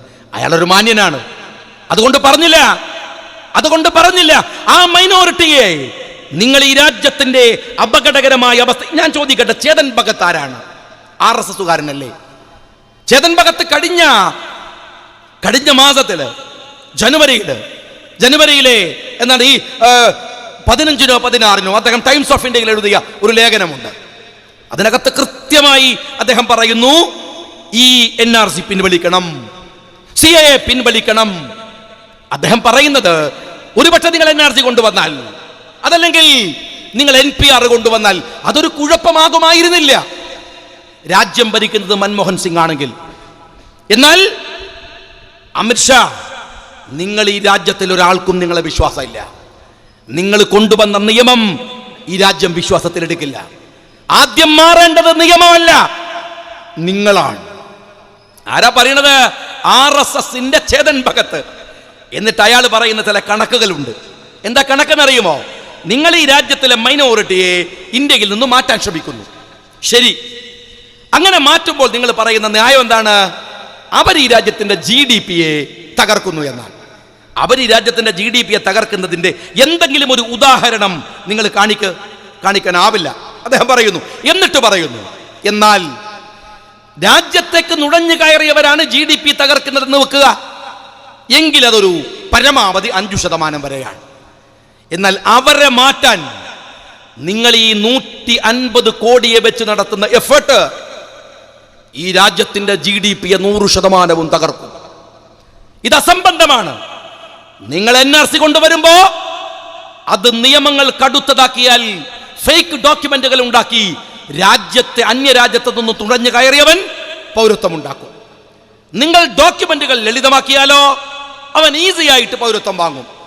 എന്നാൽ ഇതിന്റെ മിഡിൽ നിങ്ങൾ ഡോക്യുമെന്റുകൾ കൊണ്ടുവന്നാലോ സംഭവിക്കുന്നത് എന്താണെന്ന് അദ്ദേഹം പറയുന്നത്, അങ്ങനെ ചെയ്താൽ ഉദ്യോഗസ്ഥന്മാർക്ക് പണം കൊടുത്ത് ആളുകൾ ഡോക്യുമെന്റ് ഉണ്ടാക്കും എന്ന് പറഞ്ഞാൽ നിങ്ങൾ ചെയ്യുന്നത് അസംബന്ധമാണ്, അത് ചെയ്യരുത് എന്ന് അമിത്ഷയോട് പറയുന്നത് ചേതൻ ഭഗത് എന്ന് പറയുന്ന RSSന്റെ തലമുതിർന്ന ബുദ്ധിജീവി. എന്നിട്ട് അദ്ദേഹം പറഞ്ഞു, മിസ്റ്റർ അമിത്ഷാ, അവസാനിക്കുന്നത് ഇങ്ങനെയാണ് ലേഖനം. മിസ്റ്റർ അമിത്ഷാ, കോർ ഇഷ്യൂ എന്ന് പറയുന്നത് രാജ്യത്തിന്റെ എക്കണോമിയാണ്, അത് തകരുകയാണ്. നിങ്ങൾ ഇപ്പോൾ ശ്രദ്ധിക്കേണ്ടത് അത് തിരിച്ചു പിടിക്കാനുള്ള പ്രയത്നമാണ്. എന്ത് അസംബന്ധമാണ് നിങ്ങൾ ചെയ്യുന്നത് എന്ന് ഞാൻ വീണ്ടും ചോദിക്കുകയാണ്. ഇവിടെ കുറ്റ്യാടിയില് ഒക്കെ ചില കടകൾ അടച്ചുകൊണ്ട് ഒരു സമര രീതി ആരംഭിച്ചു കേരളത്തിൽ. BJP-കാരൻ പ്രസംഗിക്കാൻ വരുമ്പോ കടകൾ അടക്കുക. കടകൾ അടക്കുന്നു എന്നത് കട അടക്കുന്നവന്റെ സ്വാതന്ത്ര്യമാണ്. പക്ഷേ കട അടപ്പിക്കുന്നത് മുസ്ലിം ലീഗിനെ പോലെ ഒരു പാർട്ടി അതിനെ ഒരിക്കലും അംഗീകരിക്കുന്നില്ല. ബലമായി അങ്ങനെ ഒരു ബലാത്കാരം BJP-കാരനും ഇവിടെ സ്വാതന്ത്ര്യമുണ്ട്, അവന് പറയാൻ അവകാശമുണ്ട്, പറയട്ടെ. അവൻ എത്ര കാലമായി കേരളത്തിന് തെരുവിൽ നിന്ന് പറയാൻ തുടങ്ങിയിട്ട് എന്താ സംഭവിച്ചത് പറയട്ടെ. കടകൾ ബലമായി അടക്കരുത്, ഇത് ഗാന്ധിയൻ സമരമാണ്. ആ സമരത്തിന്റെ ടോണിനെ തിരിച്ചുവിടരുത്. പക്ഷേ ആ കടകൾ അടച്ചു പോയല്ലോ ഒരുപാട് സ്ഥലത്ത്, വളഞ്ഞവടിയിലടക്കം. അതിനെ നിങ്ങൾ വലിയ ഇന്റർനാഷണൽ ഇഷ്യൂ ആക്കിയല്ലോ. ഞാൻ നിങ്ങളോട് ചോദിക്കുന്നത്, അങ്ങനെ ബഹിഷ്കരിക്കുന്നതിനെ ഒരു ഇന്റർനാഷണൽ ഇഷ്യൂ ആക്കാൻ, ഒരു വിഷയമാക്കാൻ നിങ്ങൾക്ക് എന്താ അവകാശം? നിങ്ങൾക്ക് എന്താ അവകാശം? നിങ്ങൾ ദീപിക പട്കോൺ JNU-ൽ പോയി അവരുടെ ചപ്പക്ക് എന്ന് പറയുന്ന സിനിമ വന്നപ്പോ ഈ സംഘ് പരിവാര ഭ്രാന്തന്മാർ ഇറങ്ങിയിട്ട് പറഞ്ഞത് അത് ബഹിഷ്കരിക്കണമെന്നാണ് അല്ലേ? അതിന് ന്യായം എന്താണ്? നിങ്ങൾ കുട്ടികളോട് ചോദിക്കുക, ആരാണ് ക്യാപ്റ്റൻ കൂൾ? അവര് പറയും ധോണിയാണ്, ഇന്ത്യൻ ക്രിക്കറ്റിന്റെ ഇതിഹാസമായ ധോണി, സൗമ്യനായ ധോണി. ആ ധോണിയുടെ BCCയുടെ എഗ്രിമെന്റ് നിങ്ങൾ എന്താ പുതുക്കി കൊടുക്കാത്തത്? എന്താ കൊടുക്കാത്തത്? ഛത്തീസ്ഗഡിൽ നിങ്ങളുടെ തെരഞ്ഞെടുപ്പ് പ്രചരണത്തിന് പോകാൻ പറഞ്ഞപ്പോ പറ്റില്ല എന്ന് പറഞ്ഞു. നിങ്ങളുടെ അഭിപ്രായം എന്താണ്? മൈക്രോസോഫ്റ്റിന്റെ സത്യാനടയില ഇന്ത്യയിലേക്ക് വന്നപ്പോ ആ സത്യാനടയിലെ നിങ്ങൾ ബഹിഷ്കരിച്ചില്ലേ? എന്നാ പിന്നെ കുറച്ച് ഉളുപ്പുമാനം ഉണ്ടെങ്കിൽ ആ ട്വിറ്ററും ഫേസ്ബുക്കും കൂടി ഒന്ന് ബഹിഷ്കരിക്കുക, എന്നാൽ ഈ രാജ്യം രക്ഷപ്പെടും. RSSകാരൻ അതോട് ബഹിഷ്കരിക്കും, അത് ബഹിഷ്കരിക്കും. അതില്ല. നിങ്ങൾ ആമസോണിന്റെ നേതാവ്, അതിന്റെ ക്യാപ്റ്റൻ, അതിന്റെ ഉടമ ഇന്ത്യയിലേക്ക് വന്നപ്പോ അദ്ദേഹത്തെയും ബഹിഷ്കരിക്കാൻ നിങ്ങൾ പോയി. ജോഷോഗി വന്നപ്പോ 1 മില്യൺ ആളുകൾക്ക് തൊഴിൽ കൊടുക്കുമെന്ന് പറഞ്ഞ ആമസോണിനെ നിങ്ങൾ ബഹിഷ്കരിച്ചു. പിന്നെ നിങ്ങൾ എങ്ങനെയാണ് ബഹിഷ്കരണത്തെ കുറിച്ച് പറയാ? എങ്ങനെയാ പറയാ? നിങ്ങൾക്കൊരു സംവാദത്തിന്റെ മുമ്പിൽ നിൽക്കാനുള്ള കഴിവില്ല. ഞാൻ എൻ്റെ പ്രിയപ്പെട്ട യൂത്ത് ലീഗുകാരോട്, ജനാധിപത്യ വിശ്വാസികളോട് പറയട്ടെ, ഈ സമരത്തിന്റെ മുമ്പിൽ നിൽക്കുമ്പോ ഒന്ന് നിങ്ങൾ ആദ്യം ഉറപ്പിക്കണം, അത് ഭയപ്പെടരുത് എന്നാണ്. ഭയപ്പെടരുത്. നിങ്ങളെ ഭയപ്പെടുത്താനാണ് ഫാഷിസം ശ്രമിക്കുന്നത്. നിങ്ങൾ ഭയപ്പെടാതിരുന്നാൽ ഫാഷിസം തോൽക്കുകയും നമ്മൾ ഭയപ്പെട്ടാൽ ഫാഷിസം ജയിക്കുകയും ചെയ്യും. അല്ലെങ്കിൽ എന്തിനാ ഭയപ്പെടുന്നത്? എല്ലാവരിലും ഭയമുണ്ടാക്കുന്നു. ഇത് അപകടമാണ്, ഇത് അപകടമാണ്. വീട്ടമ്മമാരിൽ ഭയമുണ്ടാക്കുന്നു. അതിന്റെ ഒരു അപകടം നിങ്ങൾക്കറിയുമോ? മുസ്ലിം ലീഗ് രാഷ്ട്രീയ പാർട്ടി കേരളത്തിൽ പടുത്തുയർത്തിയ ഒരു ജനാധിപത്യ ബോധത്തിന്റെ സയൻസ് ഉണ്ട്. അതെന്താണെന്നറിയുമോ? ഭയപ്പെട്ട് നിൽക്കുന്ന ഈ തെരുവുകളിലെ, ഗ്രാമങ്ങളിലെ മുസ്ലിങ്ങൾക്കരികിലേക്ക് ലീഗ് വന്നു. CH മുഹമ്മദ് കോയ സാഹിബ് അവരോട് സംസാരിച്ചു മനോഹരമായ വാഗ്ദോരണിയിൽ. അദ്ദേഹം പറഞ്ഞു, നിങ്ങൾ പേടിക്കരുത്, നിങ്ങളുടെ മണ്ണാണിത്. എന്തിനാ അന്നങ്ങനെ പറഞ്ഞത് എന്ന് കുട്ടികൾക്ക് സംശയം ഉണ്ടായിരുന്നോ? ഇപ്പൊ ഉണ്ടാവില്ല. ഇടക്കാലത്ത് അന്ന് ഈ രാജ്യത്ത് നിന്ന് നമ്മെ കയറ്റി അയക്കാൻ പാകിസ്ഥാന്റെ വണ്ടി ഏതു നട്ടപ്പാതരയാണ് വീട്ടിന്റെ മുമ്പിൽ വന്ന് നിർത്തുകയെന്ന് വേപ്പതുപോട് കരുതിയിരുന്ന ഒരു ജനതയുടെ മുമ്പിലാണ് ലീഗ് അവതരിച്ചത്. അവിടെ ലീഗ് പറഞ്ഞത്, ആരും എവിടേക്കും പോവില്ല, ഇത് നമ്മുടെ മണ്ണാണ്, നമ്മൾ നേടിയെടുത്ത സ്വാതന്ത്ര്യമാണിത്. സംശയമുള്ളവർ ഈ മണ്ണെടുത്തൊന്ന് മണത്ത് നോക്ക്, നിന്റെ പിതാമഹന്റെ ചോരയുടെ മണം അതിനകത്തുണ്ട്. അതുകൊണ്ട് ഇവിടെ ജീവിക്കുമെങ്കിൽ അതിജീവിക്കും. അങ്ങനെ ഒരു അതിജീവനത്തിന്റെ ചരിത്രമാണ് കേരളത്തിലെ, ഇന്ത്യയിലെ മുസ്ലിം ചരിത്രം എന്ന് പറയുന്നത്. ഭയപ്പെട്ടിരുന്നെങ്കിൽ അന്ന് അവസാനിക്കുമായിരുന്നു. പ്രവാചകൻ സല്ലല്ലാഹു അലൈഹി വസല്ലം തങ്ങളുടെ ഏറ്റവും ശക്തമായ ഒരു ഹദീസ് ഉണ്ട്. അതിങ്ങനെയാണ്: നിങ്ങൾ ഇബാദത്ത് ചെയ്യുമ്പോൾ നാളെ മരിക്കുമെന്ന് നിങ്ങൾ വിചാരിക്കണം. പ്രാർത്ഥിക്കുമ്പോൾ നാളെ മരിക്കുമെന്ന് വിചാരിക്കണം. അതെന്തിനാ അറിയോ? നമുക്കൊക്കെ അറിയാം, നമ്മളൊക്കെ സാധാ മനുഷ്യന്മാരല്ലേ. നിസ്കരിക്കാൻ കൈയെട്ടിയാലാണ് ഓർമ്മ പോയി എല്ലാ കണക്കും നമുക്ക് ഓർമ്മ വരിക. കിട്ടാനുള്ള പൈസയും കൊടുക്കാനുള്ള പൈസ ഒക്കെ അപ്പോഴാണ് ഓർമ്മ വരിക. അതിന് മനഃശാസ്ത്രപരമായി പ്രവാചകന്റെ ഒരു അപ്രോച്ചാണ്. എന്തെന്നറിയോ? നിങ്ങൾക്ക് എഴുത്തിതാളിൽ നിന്ന് സുജൂദിലേക്ക് പോകാൻ കഴിയണമെന്നില്ല. അള്ളാഹു തീരുമാനിച്ചാൽ നാളെ മരിക്കും ഞാൻ എന്ന് നിങ്ങൾ വിചാരിക്കുക, ഒരു ഇത്തിരി കോൺസെൻട്രേഷൻ കിട്ടും. അതേ പ്രവാചകൻ പറഞ്ഞു, നിങ്ങൾ കൃഷി ചെയ്യുമ്പോൾ, ഒരു മരം നടുമ്പോൾ നിങ്ങൾ ഒരുപാട് കാലം ജീവിച്ചിരിക്കുമെന്ന് വിചാരിക്കണം. എന്തിനാണെന്നറിയോ? നിങ്ങൾ നാളെ മരിക്കുമെന്ന് തോന്നിയാൽ നിങ്ങളൊരു തൈ നടാൻ പോവോ? പോയി പണിയൊക്കാൻ പറയും, നാളെ മരിക്കാൻ കറുത്ത് തൈ കെട്ടിട്ട് ആര് നിന്നാനാണ് ഇത് വിചാരിക്കുന്നതാണ്. നിങ്ങളുടെ സക്രിയത്വം പോകും, നിങ്ങളുടെ നിർമ്മാണാത്മകത പോകും. അതുകൊണ്ട് ഭയപ്പെടരുത്. ഭയപ്പെട്ടാൽ തകരും. മുഅ്മിൻ എന്ന് പറയുന്നതിന്റെ അർത്ഥം എന്താണ്? നിർഭയൻ എന്നാണ്. എനിക്ക് അതിശയം തോന്നാറുണ്ട്. നിർഭയം എന്നാണ്. നിർഭയൻ, ഭയമില്ലാത്തവൻ. അതല്ലാതെ പേടിച്ചിട്ട് കാണുന്ന മതിലും ചങ്ങലയിലൊക്കെ കയറി നിന്നാലേ പിന്നെ ഗതിക്കേണ്ടി വരും. അതാണ്. കാണുമ്പോൾ തന്നെ അങ്ങ് ബേജാറായി ഉടനല്ല. അത് മുഅ്മിനിന്റെ ലക്ഷണമല്ല. അങ്ങനെ പേടിപ്പിക്കാൻ ആളുകളുണ്ട്, ഭയപ്പെടുത്താൻ ആളുകളുണ്ട്. അത് ശരിയല്ല. ഞാൻ മിനിഞ്ഞാന്ന് നിയമസഭയിൽ പറഞ്ഞു മുഖ്യമന്ത്രിയോട്, നിങ്ങൾ എന്തിനാണ് ഒരു വിഭാഗത്തെ, ഒരു ജനതയുടെ പ്രശ്നമാക്കി ഇതിനെ മാറ്റുന്നത്? ഇത് മുസ്ലിങ്ങളുടെ പ്രശ്നമാണോ? അല്ലല്ലോ. ഭരണഘടനയുടെ പ്രശ്നമല്ലേ? മുസ്ലിങ്ങളുടെ പ്രശ്നമാണോ? രാജ്യത്തിന്റെ പ്രശ്നമല്ലേ? എന്തിനാണ് ഒരു ഭാഗത്തേക്ക് മാത്രം നിങ്ങൾ നോക്കുന്നത്? വോട്ട് രാഷ്ട്രീയം കളിക്കേണ്ട സമയമല്ല ഇത്. നിങ്ങളുടെ ചങ്ങലയില് നിങ്ങൾ എഴുതി വെച്ച വാചകമുണ്ട്, ഭയപ്പെടേണ്ട, കൂടെയുണ്ട്. അത് തന്നെ പോരെ?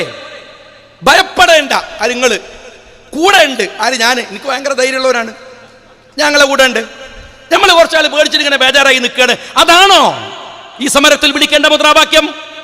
കപിൽ സിബൽ പറഞ്ഞത് കേൾക്ക്, അമിത്ഷയോട്, മിസ്റ്റർ അമിത്ഷാ, ഈ മുസ്ലിങ്ങൾക്ക് നിങ്ങളെ പുല്ലിന്റെ വിലയാണ്, അവർക്ക് നിങ്ങളെ ഭയമില്ല, അവർക്ക് നിങ്ങളെ ഭയമില്ല.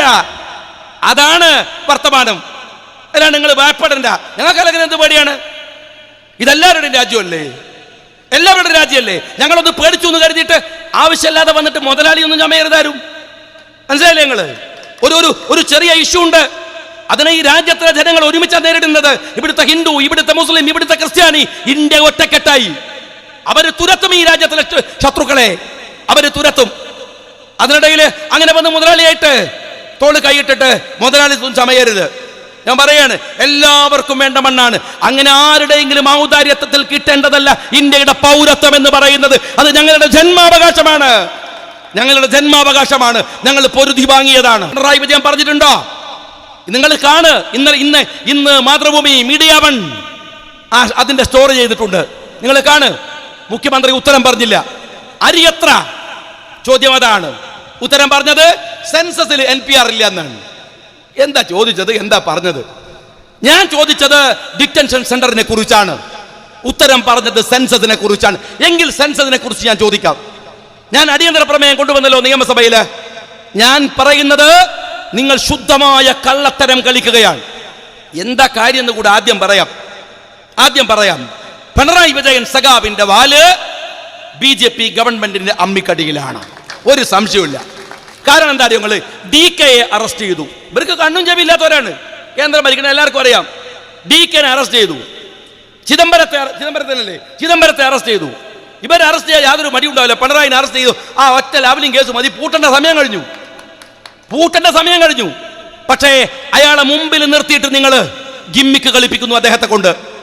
ഈ കേസിന്റെ പേരിൽ നിങ്ങൾ ഗവർണറുമായി കോംപ്രമൈസ് ചെയ്യിപ്പിച്ചു. നിങ്ങൾ അതിന്റെ മറവിൽ നിങ്ങൾ ഡിറ്റൻഷൻ സെന്റർ തുടങ്ങുകയാണ്, അതിന്റെ മറവിൽ നിങ്ങൾ NPR തുടങ്ങുകയാണ്. എന്റെ ചോദ്യം വീണ്ടും ഞാൻ ആവർത്തിക്കട്ടെ, ഇതാണ്: സെൻസസും NPRും തമ്മിൽ എന്താ വ്യത്യാസം എന്ന് മുഖ്യമന്ത്രി ഒന്ന് പറഞ്ഞു തന്നെ. നിങ്ങൾ പഠിക്കു കുട്ടികളെ, പണ്ടത്തെ പോലത്തെ കാലമല്ലോ. പണ്ട് ചൈനയിലേക്ക് നോക്കുന്ന മേപ്പെട്ട് നോക്കണം. ഇപ്പൊ അതൊന്നല്ല. നിങ്ങൾ അപ്പം തന്നെ ചൈന അടിച്ചു നോക്കിയാൽ മതി, അപ്പം മനസ്സിലാവും. കാലം മാറിയിട്ട് നിങ്ങൾ പഠിക്ക്. ഞാൻ ചോദിക്കുന്നത് എന്താ NPR, എന്താ NSS, സെൻസസ്? NPR എന്ന് പറയുന്നത് മൂവ് ചെയ്യുന്ന ഒരു സാധനമല്ല. കണക്കെടുക്കാൻ വന്നാന്ന് പറഞ്ഞു ഒരുത്തനും വരില്ല. എങ്ങനെ വരികയെന്നറിയോ നിങ്ങള്? സെൻസസ് എടുക്കാൻ എന്ന് പറഞ്ഞാണ്. NPR ഒരു സ്ഥലത്ത് നിൽക്കും, അത് എല്ലാ വിവരങ്ങളും അബ്സോർബ് ചെയ്യും, അതിങ്ങനെ ശേഖരിക്കും. അത് മൂവ് ചെയ്യില്ല. മുഖ്യമന്ത്രി പറയുന്നത് NPR നടക്കില്ല, സെൻസസ് നടക്കുമെന്നാണ്. ഇതെന്തൊരു തോന്നിയാതാണ്? NPR നടക്കൂല, അങ്ങക്കറിയാം നടക്കൂല, ഇരിക്കുള്ളൂ. സെൻസസ് നടക്കും, അതന്നെയാണ് കറക്റ്റ് വേർഡ്. NPR നടക്കൂല, കാരണം NPR അവിടെ നിൽക്കും. സെൻസസ് നടക്കും, എന്നിട്ടോ നടന്നു വന്നിട്ട് സാധനം വിവരം NPR-ന് കൊടുക്കും. അതാണ് പ്രശ്നം. നിങ്ങൾ ഈ സെൻസസിൽ നിന്ന് ചോദ്യം മാറ്റി എന്ന് പറഞ്ഞു. ഇനി മറ്റൊന്ന് കൂടി ചോദിക്കട്ടെ. NPR-ന്റെയും സെൻസസിന്റെയും അതിന്റെ ഓർഡർ വന്നത് വേറെ വേറെ നമ്പറിലാണോ മുഖ്യമന്ത്രി? അല്ല, ഒറ്റ റിപ്പോർട്ടിൽ, ഒറ്റ ഓർഡറിൽ. അറിയോ നിങ്ങള്? ഒരൊറ്റ ഓർഡറിലാണ് സെൻസസിന്റെയും NPR-ന്റെയും ഓർഡർ കേരളത്തിന് കൈപ്പറ്റിയത്. അതെന്ന് മുഖ്യമന്ത്രി പറയാണ് ആ സാധനം എടുക്കൂല. ഞാൻ നിയമസഭയിൽ ചോദിച്ചത് ഇതിന് കേന്ദ്രത്തിന്റെ മറുപടി എന്താണ്? അതാ ചോദ്യം. അതിന് ഉത്തരമില്ല. അതിനെന്താ കേന്ദ്രത്തിന്റെ മറുപടി എന്താണ്? മറുപടി ഇല്ല. ഞങ്ങൾ കത്തയച്ചിട്ടുണ്ട്. നിങ്ങൾ ഇങ്ങനെ പ്രേമ കത്തയച്ച് കളിച്ചാൽ മതി. ഇത് രാജ്യം കൂട്ടിച്ചോറാണ്, കേസാണ്. നിങ്ങൾ കത്തയച്ചു, മറുപടി പറയും. എന്താ പ്രധാനമന്ത്രി തന്ന മറുപടി? എന്താ ആഭ്യന്തര വകുപ്പ് എന്ന മറുപടി? എന്താ സെൻസസ് കമ്മീഷൻ തന്ന മറുപടി? ഒരു മറുപടിയുമില്ല. ഞാൻ മുഖ്യമന്ത്രിയോട് പറഞ്ഞു, അങ്ങയുടെ നിസ്സഹായ അവസ്ഥ ഞങ്ങൾക്ക് മനസ്സിലാവും. കാരണം ഇതൊരു ഫെഡറൽ സിസ്റ്റം ഉള്ള രാജ്യമാണ്. ഒരു ഫെഡറൽ സിസ്റ്റത്തിനകത്ത് നിങ്ങൾക്കൊരു സ്റ്റേറ്റിന് പരിമിതിയുണ്ട്. NPR-ൽ നമുക്കൊന്നും ചെയ്യാനാവില്ല. നമുക്ക് ഈ രാജ്യത്തിലെ NRC-യിൽ ഒന്നും ചെയ്യാനാവില്ല. ഈ രാജ്യത്തിലെ CAA-യിൽ നമുക്ക് മാത്രം ഒരു നിയമം ഉണ്ടാക്കാൻ കഴിയില്ല. വസ്തുതയാണ് മുഖ്യമന്ത്രി. പക്ഷേ NPR-ന്റെ ഞാൻ കൊടുക്കില്ല. ആ മമതാ ബാനർജി കൊടുക്കില്ല എന്ന് പറഞ്ഞപ്പോ നിങ്ങൾ കൊടുക്കില്ല എന്ന് പറഞ്ഞില്ല.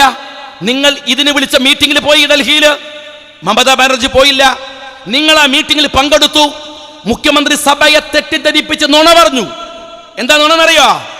ഞങ്ങൾ അവിടെ വിയോജനക്കുറിപ്പ് എഴുതിയിട്ടില്ല. കളവാണ്. ഞങ്ങൾ വിവരാവകാശത്തിന് കൊടുത്തിട്ടുണ്ട്. അത് വരട്ടെ. കൊടുത്തിട്ടില്ല. ഒരു പത്രത്തിൽ പോലും നിങ്ങൾ പറഞ്ഞിട്ടില്ല. നിങ്ങൾ ഇതിന്റെ മറവില് രാഷ്ട്രീയം കളിക്കുകയാണ് വളരെ കൃത്യമായി.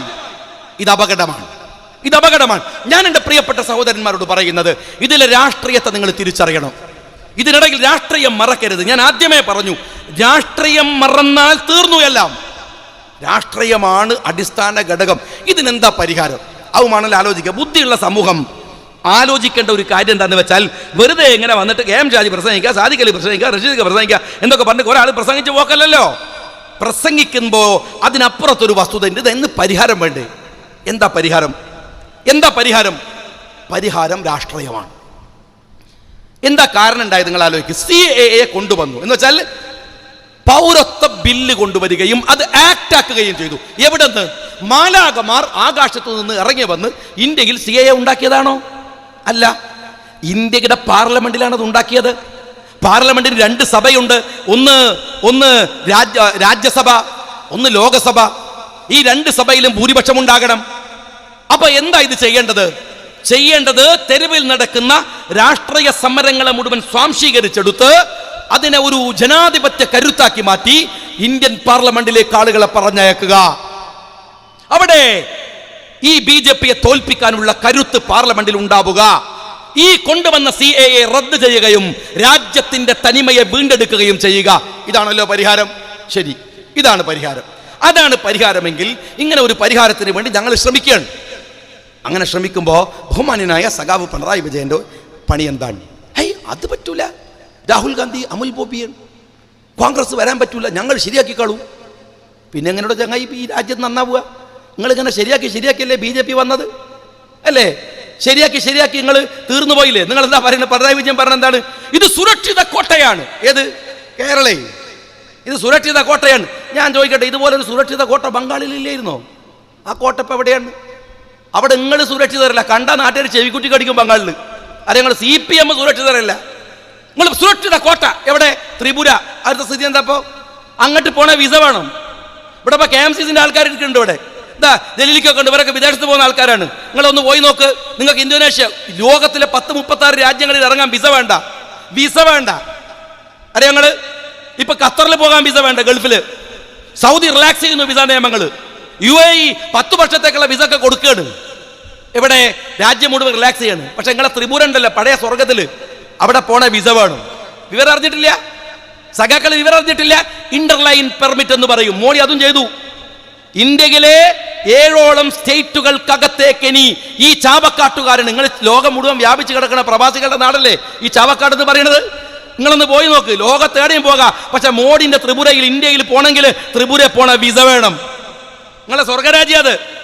അതുകൊണ്ട് വെറുതെ ബടായി പറഞ്ഞിട്ട് എന്നിട്ട് പറയാണ് മുസ്ലിങ്ങളെ നിങ്ങൾ പേടിക്കണ്ട, ഞാൻ ഉള്ളിടത്തോളം കാലം. നിങ്ങളങ്ങ് മരിച്ചുപോയ ഞങ്ങൾ എന്ത് ചെയ്യും? പിണറായി വിജയ അറിയാൻ ചോദിക്കുകയാണ്. നിങ്ങൾ ഉള്ളിടത്തോളം എന്തൊരു വിഡിത്താ നിങ്ങൾ ഈ പറയണത്? ഒരു രാഷ്ട്രീയം സംസാരിക്കേണ്ടത് അതാണോ? നിങ്ങളിപ്പോ ചോദിക്കണില്ലേ രാഹുൽ ഗാന്ധി എവിടെ? എടോ, രാഹുൽ ഗാന്ധി ഉണ്ടായിരുന്നു ഇവിടെ തന്നെ, ഇപ്പോഴും ഉണ്ട്. 2 കൊല്ലം ആ മനുഷ്യൻ ഇന്ത്യയുടെ തെരുവുകൾ മുഴുവൻ കറങ്ങി, എല്ലായിടത്തും പോയി. നിന്റെ വാതിലിന്റെ മുമ്പിൽ വന്ന് മുട്ടി വിളിച്ച് ഇതാ 2 ചെകുത്തന്മാര് വരികയാണ്, സൂക്ഷിച്ചോ, അവര് വന്ന ഈ നാട് തകരും, അതുകൊണ്ട് സൂക്ഷിക്കണം സൂക്ഷിക്കണം സൂക്ഷിക്കണം എന്നാ മനുഷ്യൻ ഇങ്ങനെ പറഞ്ഞിരുന്നപ്പോ നിങ്ങൾ പറഞ്ഞു പോയി പണിയൊക്കെ, ഞങ്ങൾ ഈ ജനാധിപത്യ ശക്തി BJP-നെയും കോൺഗ്രസിനെയും തകർത്ത് ഇന്ത്യ ഭരിക്കും. ആരിവരെ ഈ എഴുന്നേറ്റിക്കാൻ കാലിന് ആവതില്ലാത്തവർ പറയുന്നു ഏത് ഞങ്ങൾ ഇന്ത്യ ശരിയാക്കും. അവസാനം ആ മനുഷ്യൻ തോറ്റു. ഇന്ത്യ മനുഷ്യനെ തോൽപ്പിച്ചു കളഞ്ഞിട്ട് 2 ചെകുത്താന്മാർ ഇന്ത്യയിലെ വന്ന ഉപയോഗിക്കുക. രാഹുൽ ഗാന്ധി എവിടെയാണ്? സൗര്യല്ലേ പറഞ്ഞു തരാൻ? സൗര്യല്ല, സമയമുള്ളപ്പം വന്നോളൂ. നിങ്ങൾ ആരോട് ചോദിക്കാൻ? നിങ്ങൾക്ക് എന്താ അർഹതയുള്ളത്? ഞാൻ പറയണത് രാജ്യത്തിലെ ജനാധിപത്യത്തെ കരുപ്പിടിപ്പിക്കേണ്ട ഘട്ടത്തിൽ നിങ്ങളത് ഭിന്നിപ്പിക്കാൻ നടന്നു. രാജ്യത്തെ BJP-യെ ഒതുക്കാൻ വന്ന രാഷ്ട്രീയത്തെ നിഷ്കാസനം ചെയ്യാൻ നിങ്ങൾ രാജ്യത്തിറങ്ങി. എന്നിട്ട് ഇവിടുത്തെ മുസ്ലിം കമ്മ്യൂണിറ്റിയോടുള്ള സ്നേഹത്തിന്റെ ഊക്ക് നിങ്ങൾ കാണണം. ഇവിടെ ഒരു ഭാഗത്ത് ഈ പൗരത്വ പ്രശ്നമായിട്ട് നമ്മളിങ്ങനെ ബേജാറായി നടക്കുന്നതാണ് ഇവരെ വിചാരം. വേറെ ഒന്നും ശ്രദ്ധിക്കൂലല്ലോ. നിങ്ങൾക്കറിയുമോ കേരളത്തിന്റെ ചരിത്രത്തിൽ ഉണ്ടായിട്ടില്ല. കേരളത്തിൽ 13 യൂണിവേഴ്സിറ്റി ഉണ്ട്. ആ 13 യൂണിവേഴ്സിറ്റികളിൽ 65 സ്റ്റാറ്റ്യൂട്ടറി പോസ്റ്റുകളുണ്ട്. ആ സ്റ്റാറ്റ്യൂട്ടറി പോസ്റ്റുകളിൽ ഗവൺമെന്റിന്റെ ഇംഗിതത്തിനനുസരിച്ച് വെക്കലാണ്. മാറി മാറി വരുന്ന ഗവൺമെന്റ്. എന്നാലും ഏത് ഗവൺമെന്റ് വന്നാലും ഇവിടുത്തെ സാമുദായിക പരിരക്ഷ അവിടെയൊക്കെ കൊടുക്കും, അവിടെയൊക്കെ ഉണ്ടാവും എല്ലാ കാലത്തും. എന്നാൽ ഇന്നത്തെ കേരളത്തിന്റെ 13 യൂണിവേഴ്സിറ്റികളെ അവസ്ഥ അറിയോ നിങ്ങൾക്ക്? ഒരു മുസ്ലിം, ഒരു ദളിതൻ, ഒരു ഈഴവൻ, ബാക്കി വരുന്നത് മുഴുവനും ഭൂരിപക്ഷവും മറ്റ് സവർണ സമുദായങ്ങൾ. പിണറായി വിജയൻ എന്താ മനസ്സിലാക്കിയത്? ഒരു ഭാഗത്ത് ഇങ്ങനെ മൊലിയാരൊക്കെ തൊട്ട് തടവി ഞങ്ങൾ കൂടെ ഉണ്ടെന്ന് പറഞ്ഞ് കെട്ടിപ്പിടിച്ച് കിടക്കുകയാണ്. മറുഭാഗത്ത് ഒരു ജനതയെ നിങ്ങൾ നിഷ്കാസനം ചെയ്യാൻ RSS-ഉം സംഘപരിവാരും ചെയ്യുന്ന എന്താണെന്നറിയോ? സാമൂഹ്യ ഇടങ്ങളിൽ നിന്ന് മുസ്ലിങ്ങളെ തുരത്തുകയാണ്. വൃത്തിയായി നിങ്ങളും അത് ചെയ്യുകയാണ്. ഈ രാജ്യത്തിന്റെ പൊതു ഇടങ്ങളിൽ നിന്ന് നിങ്ങൾക്ക് കഴിയുന്ന അധികാരം ഉപയോഗിച്ച് നിങ്ങൾ അവരെ ബഹിഷ്കരിക്കുകയാണ്, അവരെ ഇല്ലാതെയാക്കുകയാണ്. എന്നിട്ട് കള്ള രാഷ്ട്രീയം പറഞ്ഞിട്ട് ഇവിടുത്തെ BJP-ക്ക് കുടലൂതി. BJP എന്തിനാ കേരളത്തില്? എനിക്കറിയാം കണ്ണൂരിൽ എന്തിനാ BJP ആവശ്യമുണ്ടോ? വടകര താലൂക്കിൽ എന്തിനാ BJP ആവശ്യമുണ്ടോ? ഇല്ലല്ലോ. CPM എന്ന് പറയുന്ന വർഗീയ രാഷ്ട്രീയ പാർട്ടിയുടെ തനിനിറം കാണിക്കുന്ന ഇടങ്ങളാണ് അവിടെയൊക്കെ. മാന്യമായിട്ട് പോലും ഒരു ജനതയോട് പെരുമാറാത്തവർ. എന്നിട്ട് CA വന്നപ്പോ കുറച്ച് ആള് പേടിച്ചു എന്ന് കരുതി അങ്ങ് കെട്ടിപ്പിടിച്ചിട്ട് ഇതൊക്കെ മറച്ചു വെച്ച് കളയാമെന്ന് നിങ്ങൾ വിചാരിക്കരുത്. ഈ സമരത്തിനിടയിലും നിങ്ങൾ രാഷ്ട്രീയത്തെ മറക്കരുത്. ഞാനത് വളരെ കൃത്യമായി പറയുന്നു. അത് മറന്നുപോയാൽ നിങ്ങൾ ഇന്ത്യൻ സ്വത്വത്തെ അംഗീകരിക്കണം, ഇന്ത്യൻ രാഷ്ട്രീയത്തെ അംഗീകരിക്കണം. ഈ രാജ്യത്തൊരു ജനാധിപത്യ കരുത്തോടെ നമുക്ക് ഒരുമിച്ച് നിൽക്കാൻ കഴിയണം. അതിന് കഴിയണില്ല. എന്നിട്ട് നിയമസഭയിൽ നിന്ന് വലിയ ചാരിത്ര പ്രസംഗമാണ്. എന്താ പ്രസംഗം എന്നറിയോ? പിണറായി വിജയന്റെ എന്താ ലീഗുകാരാ നിങ്ങൾ സമരത്തിന് വരാഞ്ഞത്? ശരി, ഞങ്ങൾക്ക് ഭയങ്കര തെറ്റുപറ്റി. ഞാൻ ചോദിക്കട്ടെ, ബഹുമാന്യനായ സഖാവ് പിണറായി വിജയ, നിങ്ങൾ മമതാ ബാനർജിന്റെ ഏത് പ്രകടനത്തിലാണ് പോയി നിന്നിരുന്നത്? ഒരു പ്രകടനം ഷാഖാ കമ്മിറ്റിന്റെ പോയിനാ? ഇന്ത്യയില് ഈ നരേന്ദ്രമോദിക്കെതിരെ നെഞ്ചു വിരിച്ചു പൊരുതുന്ന ഒരു സ്റ്റേറ്റ് ആണ് പശ്ചിമ ബംഗാൾ എന്ന് പറയുന്നത്. അതിന്റെ നായികയാണ് മമതാ ബാനർജി. ആ മമതാ ബാനർജിയുടെ കൂടെ തെരുവിൽ നടക്കുന്ന ഒരു സമരത്തിൽ നിങ്ങളില്ല. എന്താ പങ്കെടുക്കാത്തത്? പാർട്ടിയുടെ സെക്രട്ടറി പറഞ്ഞല്ലോ പങ്കെടുക്കണം. പിണറായി വിജയന്റെ കണ്ണൂർ ലോബി പറഞ്ഞു പങ്കെടുക്കരുത്. എന്നിട്ട് ഇവിടെ വന്നിട്ട് പറയാണ് നിങ്ങളെ സമരത്തിൽ പങ്കെടുക്കണം. നിങ്ങൾ ചങ്ങല ഉണ്ടാക്കിയ ഞങ്ങൾ വന്നോണം. ഞങ്ങൾ ചോദിക്കാനും പറയാണ്ട് ഉണ്ടാക്കുന്ന സാധനത്തിന് വന്ന് നിൽക്കാൻ മുനീർ സാഹിബ് പറഞ്ഞ പോലെ ഞങ്ങൾ ആരാധി ഏർപ്പാടിൽ ഉള്ള ആളുകളൊന്നുമല്ല. അതിൻ്റെ കാര്യമൊന്നുമില്ല. അതുകൊണ്ട് ഞാൻ ചെറുപ്പക്കാരോട് പറയുന്നത്, ഈ സമരത്തെ അതിൻ്റെ സ്പിരിറ്റ് ചോദാതെ യൂത്ത് ലീഗുകാരാ കൊണ്ടുപോകാൻ കഴിയണം. ഈ നാട്ടിലെ ജനങ്ങളെ മുഴുവൻ ഒരുമിപ്പിച്ച് നിർത്തി ഈ നാട്ടിലെ പൊതു ഇടങ്ങളെ നമ്മൾ വർദ്ധിപ്പിക്കണം. നാട്ടിലെ ലൈബ്രറികൾ, നാട്ടിലെ ഗവൺമെന്റ് ആശുപത്രികൾ, രാജ്യത്തിലെ ഗവൺമെന്റ് സ്കൂളുകൾ, നമ്മുടെ രാജ്യത്തിലെ പൊതു ഇടങ്ങൾ യൂത്ത് ലീഗുകാരോട് ഞാൻ പറയുന്നു, ഇതൊരു തിരിച്ചറിവിന്റെ കാലമാണ്. എങ്ങനെയുള്ള തിരിച്ചറിവ്? ജനാധിപത്യത്തിന്റെ ശുദ്ധീകരണ സമയമാണിത്. ആ ശുദ്ധീകരണ സമയത്ത് നമ്മൾ കരുത്തോടെ അതിന് മുന്നിട്ടിറങ്ങണം. ഓരോ സമരങ്ങളും വലിയ തിരിച്ചറിവാണ്. ഗാന്ധിജി അങ്ങനെയായിരുന്നു. ഗാന്ധിജി ഉപ്പ് വറ്റിച്ചുണ്ടാക്കാൻ ശ്രമം നടത്തുമ്പോൾ അതൊരു സമരം മാത്രമായിരുന്നില്ല, അതൊരു മെസ്സേജ് ആയിരുന്നു. ചർക്കയിൽ തന്റെ വസ്ത്രം കോർത്തുണ്ടാക്കുമ്പോൾ അതൊരു മെസ്സേജ് ആയിരുന്നു. ആ ഗാന്ധിജിയാണ് ഇന്ത്യയുടെ സമരനായകനായി നമ്മുടെ മുമ്പിലുള്ളത്. 1947 ഇന്ത്യ സ്വാതന്ത്ര്യം കിട്ടാൻ മണിക്കൂറുകൾ മാത്രം ബാക്കിയുള്ളപ്പോഴാണ് ഗാന്ധിജി പറയുന്നത്, ഞാൻ നിരാഹാരം കിടക്കുകയാണ്. ഉപവാസമായിരുന്നു ഗാന്ധിജിയുടെ സമരത്തിന്റെ ഏറ്റവും വലിയ ആയുധം. അപ്പൊ എല്ലാവരും നെഹ്റു പോയിട്ട് പറഞ്ഞു, ബാപ്പുജി എന്താണ്, ആളുകൾ സ്വാതന്ത്ര്യം കിട്ടുന്ന ആവേശത്തിലാണ്, നിങ്ങൾ ചെയ്യരുത്. ബാപ്പുജി പറഞ്ഞു, ഈ ജനങ്ങള് പോലീസുകാരനെന്തിനാ ആക്രമിക്കണത്, തെരുവിലെന്തിനാ യുദ്ധം ചെയ്യണത്? ബാപ്പുജി പറഞ്ഞു, എന്താണ് നെഹ്റു പറഞ്ഞു, ബാപ്പുജി അത് ഉണ്ടാവില്ല, നമുക്ക് നിർത്താം. വേണ്ട, എന്തു സ്വാതന്ത്ര്യം? മനുഷ്യർ തമ്മിൽ തല്ലിയിട്ട് ചോര ഒഴുക്കിയിട്ട് ഈ രാജ്യത്തിന്റെ വ്യവസ്ഥിതിയെ, പോലീസിനെ വെല്ലുവിളിച്ച്, ഈ രാജ്യത്തെ നിയമത്തെ വെല്ലുവിളിച്ച് എന്തിനാണ് ഈ സ്വാതന്ത്ര്യം? നമുക്ക് വേണ്ട, അതിലവർ ബ്രിട്ടീഷ് ഭരിക്കട്ടെ. അതും ഇതൊന്നല്ലേ?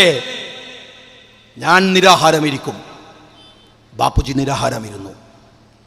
3-ാമത്തെ ദിവസം നെഹ്റു ഗാന്ധിജിയുടെ പന്തലിൽ ചെല്ലുന്നത്, സമരം ചെയ്യുന്ന, സ്വാതന്ത്ര്യ സമരത്തിൽ പങ്കെടുക്കുന്ന ചെറുപ്പക്കാരികൾ അവരെ തടുക്കാൻ വന്ന പോലീസുകാർക്ക് റോസാപ്പൂക്കൾ കൊടുക്കുന്ന ഫോട്ടോ കാണിച്ചുകൊണ്ടാണ് ബാപ്പുജി സമരം അവസാനിപ്പിച്ചു. നിങ്ങൾ കണ്ടില്ലേ, ഡൽഹിയിൽ സമരം ചെയ്യുമ്പോൾ ആ പെൺകുട്ടികളെ അടിക്കാൻ വന്ന പോലീസുകാരന് റോസാപ്പൂ നീട്ടി നിൽക്കുന്ന പെൺകുട്ടിയെ ഗാന്ധിയെ നമ്മൾ അതുപോലെ വീണ്ടും ഓർമ്മിച്ചെടുക്കുകയാണ്. ഇന്ത്യ മനോഹരമായി തിരിച്ചു വരികയാണ്. നിങ്ങളുടെ മക്കൾക്ക് ഈ സമരങ്ങളുടെ ഭാഗമായി ഗാന്ധിജിയെ കുറിച്ച് പഠിപ്പിച്ചു കൊടുക്കണം, പുസ്തകങ്ങൾ വാങ്ങിക്കൊടുക്കണം. 1940-കളിലെയും 50-കളിലെയും ഇന്ത്യയുടെ അതിജീവനത്തെക്കുറിച്ച് പറഞ്ഞു കൊടുക്കണം. ചാവക്കാട്ടിലെ കാർന്നോമാര് പഴയ സിലോണിലേക്ക് പോയത്, ഗൾഫിന്റെ മണലാരണ്യത്തിൽ ചാക്കു ചുമന്നത്, എന്തെല്ലാം അതിജീവനമായിരുന്നു നിങ്ങൾ നടത്തിയതെന്ന് നിങ്ങളുടെ പുതിയ തലമുറയോട് നിങ്ങൾ പറഞ്ഞു കൊടുത്തിട്ടില്ല. എല്ലാ സൗകര്യങ്ങളിലുമാണ് നിങ്ങൾ അവരെ വളർത്തുന്നത്. അവരോട് പറയണം, ഈ രാജ്യം ദരിദ്രമായിരുന്നു. 1942 മധുരയിൽ നിന്ന് നമ്മുടെ പ്രിയപ്പെട്ട ബാപ്പുജി ഒരു സമരം നയിക്കുകയാണ് ഡൽഹിയിലേക്ക്. ആ സമയത്ത് വൈഗാനദിയുടെ തീരത്ത് നിന്ന് ഒരു കുറച്ചു വെള്ളം കുമ്പിളിലെടുത്ത് തലങ്ങനെ തടവണുണ്ട്, ചൂടുകൊണ്ട് തൻ്റെ തൊപ്പിങ്ങനെ നരക്കനുണ്ട്. ആ സമയത്താണ് ബാപ്പുജി ഒരു കാഴ്ച കാണുന്നത്. കുത്തിയൊലിക്കുന്ന വെള്ളമുള്ള ഒരിടത്ത്, കടുത്തോളമുള്ള വെള്ളത്തിലിരുന്ന ഒരു അമ്മ വസ്ത്രം അലക്കുകയാണ്. ബാപ്പുജിക്ക് മനസ്സിലായി.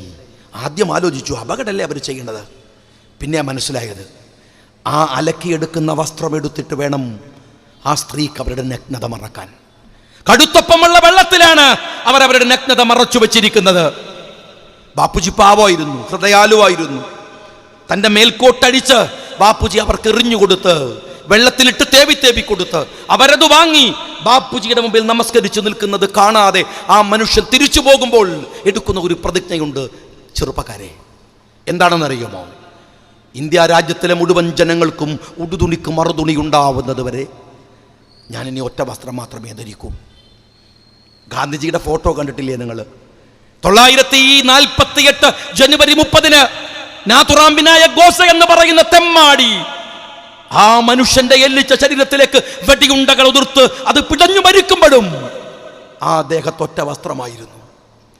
എൻ്റെ ഓഫീസിൽ എൻ്റെ തലയുടെ പിറകിൽ ഗാന്ധിജിയുടെ ഫോട്ടോ കണ്ടിട്ട് അവിടെ വന്നൊരു കുട്ടി എന്നോട് ചോദിച്ചു, വാപ്പ ഉംറക്ക് പോയതാണോ എന്ന് ചോദിച്ചു. അങ്ങനെയാണല്ലോ ഗാന്ധിജിയെ കണ്ടാൽ ഒറ്റ വസ്ത്രം മാത്രം ധരിച്ചു. അതിൻ്റെ ചരിത്രം ഇതാണ്. ഒരു സ്ത്രീയോടല്ല, ഒരു രാജ്യത്തിൻ്റെ കടപ്പാടിൽ നിന്നാണ് തൻ്റെ മേൽവസ്ത്രം അഴിച്ചെറിഞ്ഞത് ബാപ്പുജി. 1948 അവിടെയാണ് അങ്ങ് ഡൽഹിയിൽ ഒരു കഞ്ഞി വിളമ്പൽ പരിപാടി നടക്കുകയാണ്. ആരാ ഉദ്ഘാടനം ചെയ്യുന്ന കാര്യങ്ങള്? ആകാശം മുട്ടെ ഉയർന്നു നിൽക്കുന്ന വ്യക്തിപ്രഭാവത്തിന്റെ ഉടമ പണ്ഡിറ്റ് ജവഹർലാൽ നെഹ്റു. കഞ്ഞി ഉദ്ഘാടനം ചെയ്യാൻ ഇപ്പൊ എന്നെയൊക്കെ വിളിച്ചാൽ, MLA നിങ്ങൾക്ക് വിളിച്ചാൽ ഞാൻ കൊന്നാ പോവില്ല. പഞ്ചായത്ത് മെമ്പറെ വിളിച്ചു പറയും, പഞ്ചായത്ത് മെമ്പറെ കിട്ടൂല കഞ്ഞി വിളമ്പാൻ. നമ്മളിപ്പോൾ സുഭിക്ഷതയുടെ നാട്ടിൽ അല്ലേ ജീവിക്കണത്? എന്ത് കഞ്ഞി അല്ലേ? 48 കഞ്ഞിക്ക് അമൃതിൻ്റെ വിലയുണ്ടായിരുന്നു, അത്രമേൽ വിലയുണ്ടായിരുന്നു. ഇന്ത്യയുടെ പ്രധാനമന്ത്രിയാണ് കഞ്ഞി വിളമ്പി കൊടുക്കുന്നത്. ഇങ്ങനെ വിളമ്പിക്കൊണ്ടിരിക്കുമ്പോൾ പ്രായമുള്ള ഒരു സ്ത്രീ ഒരു വലിയ മൊന്ത പിടിച്ചിട്ട് കഞ്ഞിക്ക് വേണ്ടി നീട്ടി. നെഹ്റു പറഞ്ഞു അവരോട്, അമ്മക്ക് ഈ മൊന്ത ഒറ്റക്ക് പിടിക്കാൻ പറ്റുമോ? ഒരു ചെറിയ പരിഹാസമുണ്ടായിരുന്നു. അവരാ മൊന്ത പിറകോട്ട് വലിച്ചു. എന്നിട്ട് നെഹ്റുവിനോട് പറഞ്ഞു, പ്രധാനമന്ത്രി, എനിക്ക് മനസ്സിലായി കളിയാക്കല്, പക്ഷെ നിങ്ങൾ അറിയണം, ഇതെനിക്കെൻ്റെ വയറിലേക്കല്ല, 23 വയറുകൾക്കാണ്. അവർക്കിവിടെ പാത്രമോയുമായി വരാൻ ഞാൻ ധരിച്ച പോലെ ഒരു വസ്ത്രം അവർക്കില്ല. അവരോട് മാപ്പ് പറഞ്ഞ് പണ്ഡിറ്റ് ജവഹർലാൽ നെഹ്റു അവർക്ക് പിന്നെയും കഞ്ഞി വിളമ്പി കൊടുത്തു. അവിടുന്നാണ് നമ്മൾ വന്നത്. റിലയൻസ് തയ്ച്ചു കൊടുക്കുന്ന 10 ലക്ഷത്തിൻ്റെ കോട്ടുമിട്ട് നടക്കുന്ന ഈ എരപ്പൻ പ്രധാനമന്ത്രിക്ക് അറിയില്ല എവിടെ നിന്നാണ് ഇന്ത്യ വന്നത് എന്ന്. എത്ര ദാരിദ്ര്യമായിരുന്നു ഇന്ത്യയിലെന്ന്. ബന്നിന്റെ മുകളിൽ മുന്തിരി വെച്ച പോലെ ഈ ചീർത്തു വീർത്ത അമിഷയൊക്കെ കയറിയിരിക്കുന്ന ഇന്ത്യ എവിടുന്നാ വന്നത് എന്നറിയില്ല നിങ്ങൾക്ക്. ദാരിദ്ര്യത്തിനെയും കഷ്ടപ്പാടിനെയും ഇന്ത്യ അതിജീവിച്ചത് മതത്തിന്റെ പേരിലല്ല, മനുഷ്യന്റെ പേരിലാണ്. അവിടെ എല്ലാവരും ഉണ്ടായിരുന്നു, ഹിന്ദുവും മുസ്ലിമും ക്രിസ്ത്യാനിയും സിഖുകാരനും ഒക്കെ. നിന്റെ മതത്തിന്റെ മനസ്സിലെ വിഷം കൊണ്ട് അവരെ അങ്ങ് പറിച്ചു കളയാൻ നീ ഇനിയും 1000 തന്തമാർക്ക് ജനിക്കേണ്ടി വരുമെന്ന് നിങ്ങൾ മനസ്സിലാക്കിക്കോ. ഇത് ഇന്ത്യയാണ്. ഒരു 2ാം സ്വാതന്ത്ര്യ സമരത്തിൽ പങ്കെടുക്കാൻ കഴിഞ്ഞവരാണ് ഞങ്ങളെന്ന് ഈ പുതിയ തലമുറയിലെ കുട്ടികൾ അഭിമാനിക്കുന്നു. ആ കുട്ടികൾക്ക് അഭിമാനമുണ്ട്. ഇന്ത്യയെ തിരിച്ചു പിടിക്കാനുള്ള സമരമാണിത്. ഒറ്റുകാർ വരുമ്പോൾ ജാഗ്രതയായിരിക്കുക, ജാഗ്രവത്തായി നിൽക്കുക, അവർക്കെതിരെ പൊരുതാനുള്ള കരുത്തായി മനസ്സിൽ സൂക്ഷിക്കുക. സമരങ്ങൾ അവസാനിച്ച് വീട്ടിൽ പോയാലും നെഞ്ചിൻ കൂട്ടിലെ രാഷ്ട്രീയത്തിന്റെ നെരിപ്പോട് കെടുത്താതെ ഇരിക്കുക. അതാണ് ഇതിന്റെ പരിഹാരമെന്ന് ഞാൻ വിചാരിക്കുന്നു. ജയ് ഹിന്ദ്.